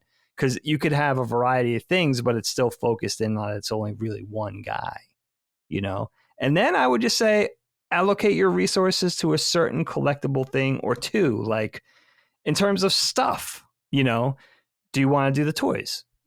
You dig t-shirts. You want to do the actual, I want to collect for PS3. I just want the games, and just kind of like, I feel like there's something disciplined about that, where right now I'm just like all over the place. The only thing I don't collect are pop vinyls. That's it. It's like, I can't even brag about that because it's literally the only thing I won't buy, So I like the idea, and I've been talking about this for a while, but I like the idea of narrowing it down, but it means parting with stuff. And I'm just not there yet. I can't part with a single thing. It's like, all right, let me part with my anime magazines from the 80s. It's like, no, like I'll even get like really specific and just come like, I'm not ready, you know? And then that stack of magazines is like this big. And I'm just like, I can't part with those. Or like my skate VHS, you know, skateboarding is another thing. It's like, I have boards, I have old videos, I have DVDs, I have stuff on VHS. I can't part with anything. So I love if somebody could come into collecting with that mindset of, all right, I'm just going to narrow it down to this 1 or 2 things, maybe 3 things, or else it kind of takes over, right? Kind of takes over our life, takes up the money, takes up the space. It's not the best. And I think a little feng shui is, I need it. I got to have it. This place is a friggin' mess. I got to change something. I just got to like pare down. Don't you guys feel, I don't know, do you guys go in for that? Do you like the comfort and the coziness of having a lot of stuff? Or would you rather not be looking at a million things? What energy do you, because everybody's different. I have too many interests, honestly, in that I collect a lot of things. It probably is just too much, but like I love paperback books and hardcover books. So I still buy my favorites. I get a lot from the library, but when I really like a book, I buy it. I'm a huge Hello Kitty and Sanrio fan. My office is also the half of my office that you don't see is all like Pom Pom Purin and Hello Kitty. And then I also love Pusheen. I have a Pusheen tattoo, for fuck's sake. So nice. like Pusheen's I have awesome. a lot of Pusheen stuff. And then of course what you see is anime and gaming back here. And this is only a fraction of it. The shelves keep going. There's so much more. But so my reality is that I do just enjoy being surrounded by all my little things. So I like just seeing my interests on display. Some of that too, just being that, you know, living in an apartment for a while and not being able to display much of my stuff. Now I can finally have it out, you know, which is nice. But yeah, it is just one of those things I would suggest to your average person who's just getting into collecting to follow Dagan's advice and maybe choose one like franchise, one brand, like maybe you want to get into like PlayStation collectibles, you want to get into Nintendo, or choose one category, because art books is another one that is huge for me. I have several art books, but they take up a lot of space. So it is something to prioritize. What do you want to collect and really kind of narrow that down. Yeah, I have all the Zelda books, and I have no space for 5 massive books about Zelda. So. Yeah, and add in like my Prima guides that I won't get rid of, things like that. But I would say too, t-shirts and clothing is an acceptable way to collect things for most people because it's functional. Yeah, and my favorite like clothing site for that type of stuff is Ripped Apparel. It's RIPT Apparel. They have like daily shirts that are very often video game or anime themed, not always, but frequently. And that's like my favorite place to get shirts because I don't get Arcade Block anymore. I don't even know if that's still a thing anymore, but that's where I used to get all my gaming shirts, and it was just getting too expensive. I was getting too many knickknacks. But that is an easy way to start a collection as well, like Loot Crate, Arcade Block, those type of services, whichever one still exists. They're still because like some of those like One Up Block, things like that. I did do Loot Crate for a while, but I was getting too much random shit, so I just stopped. I was like, there's just too much random stuff that I'm not that into. Don't care, you know? So yeah, I felt like Arcade Block was more curated to what I enjoyed because it just certainly was more gaming themed versus pop culture themed. But even so, it's like I have several Zelda shirts that I wear because I like them. But it's like, I'm a poser. I got this from Arcade Block. You know, it's just like, but I'm just going to wear the shirt because I paid for it. But it's not for everyone, you know, these subscription boxes because they vary widely. Yeah, I got to agree with the sentiment. Focus in on one area. And I'll add a tip to this. I made a joke about it earlier, but it's serious. Don't break the seal on stuff you are trying to avoid collecting, because that's how Amiibo started for me. I'm like, oh, I'll just buy 1 or 2. And then you get them. You're like, oh, these are pretty nice. And maybe I'll get a few more. Stuff like that. Which if you end up enjoying the collection, that's not a bad thing. But it happened with me with anime figures. And one thing right now is like, I've been really interested in Sega Saturn recently, like seeing a lot of videos on YouTube. Good shit. I refuse to buy a Saturn because collecting for that console is so insanely expensive. The games, yeah, the games are crazy, and I'm like, I can't break the seal on that. I just can't do it.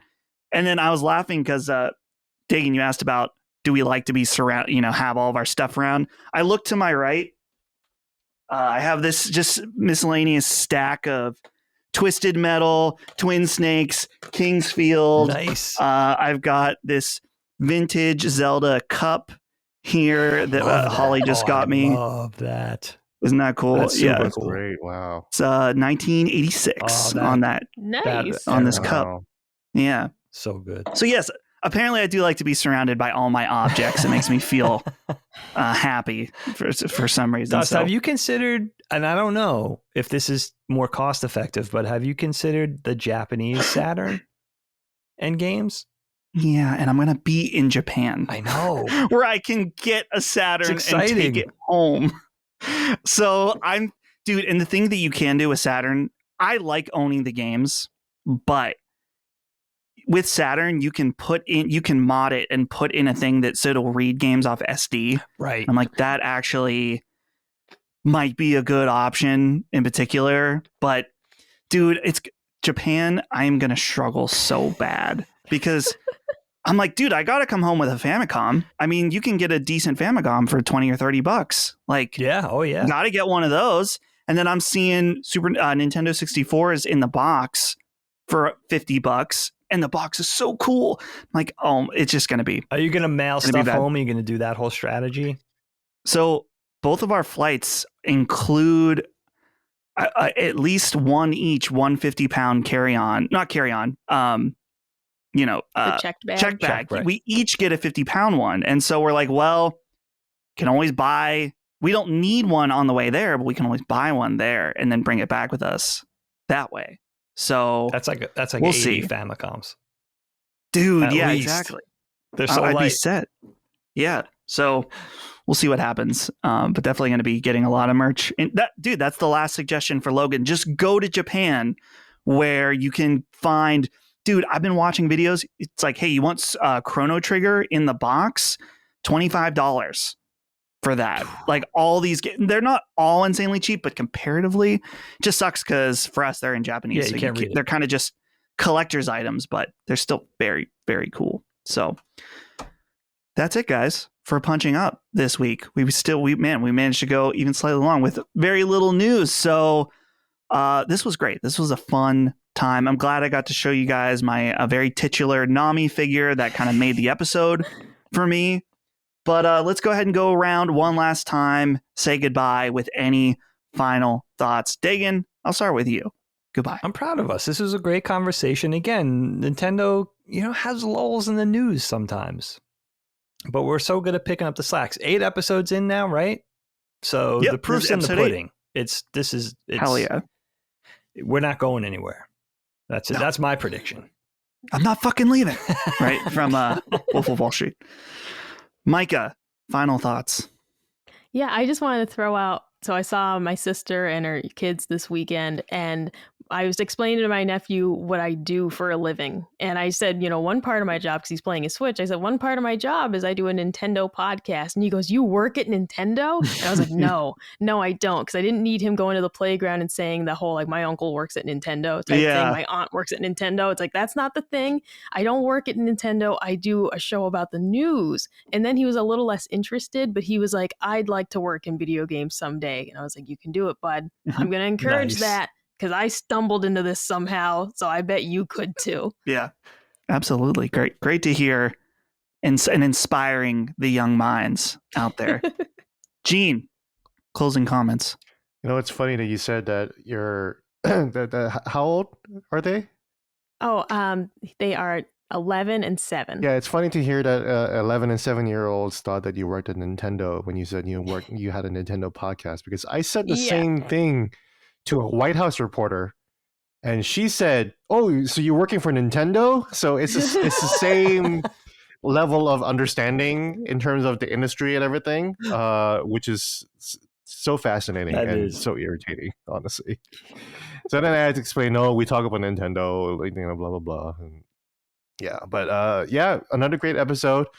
I think it's helping to illuminate to me I guess make me wonder why there are so many Nintendo shows and podcasts, and it kind of makes me realize that, man, they're really trafficking on a lot of like just speculation and just like talking about stuff.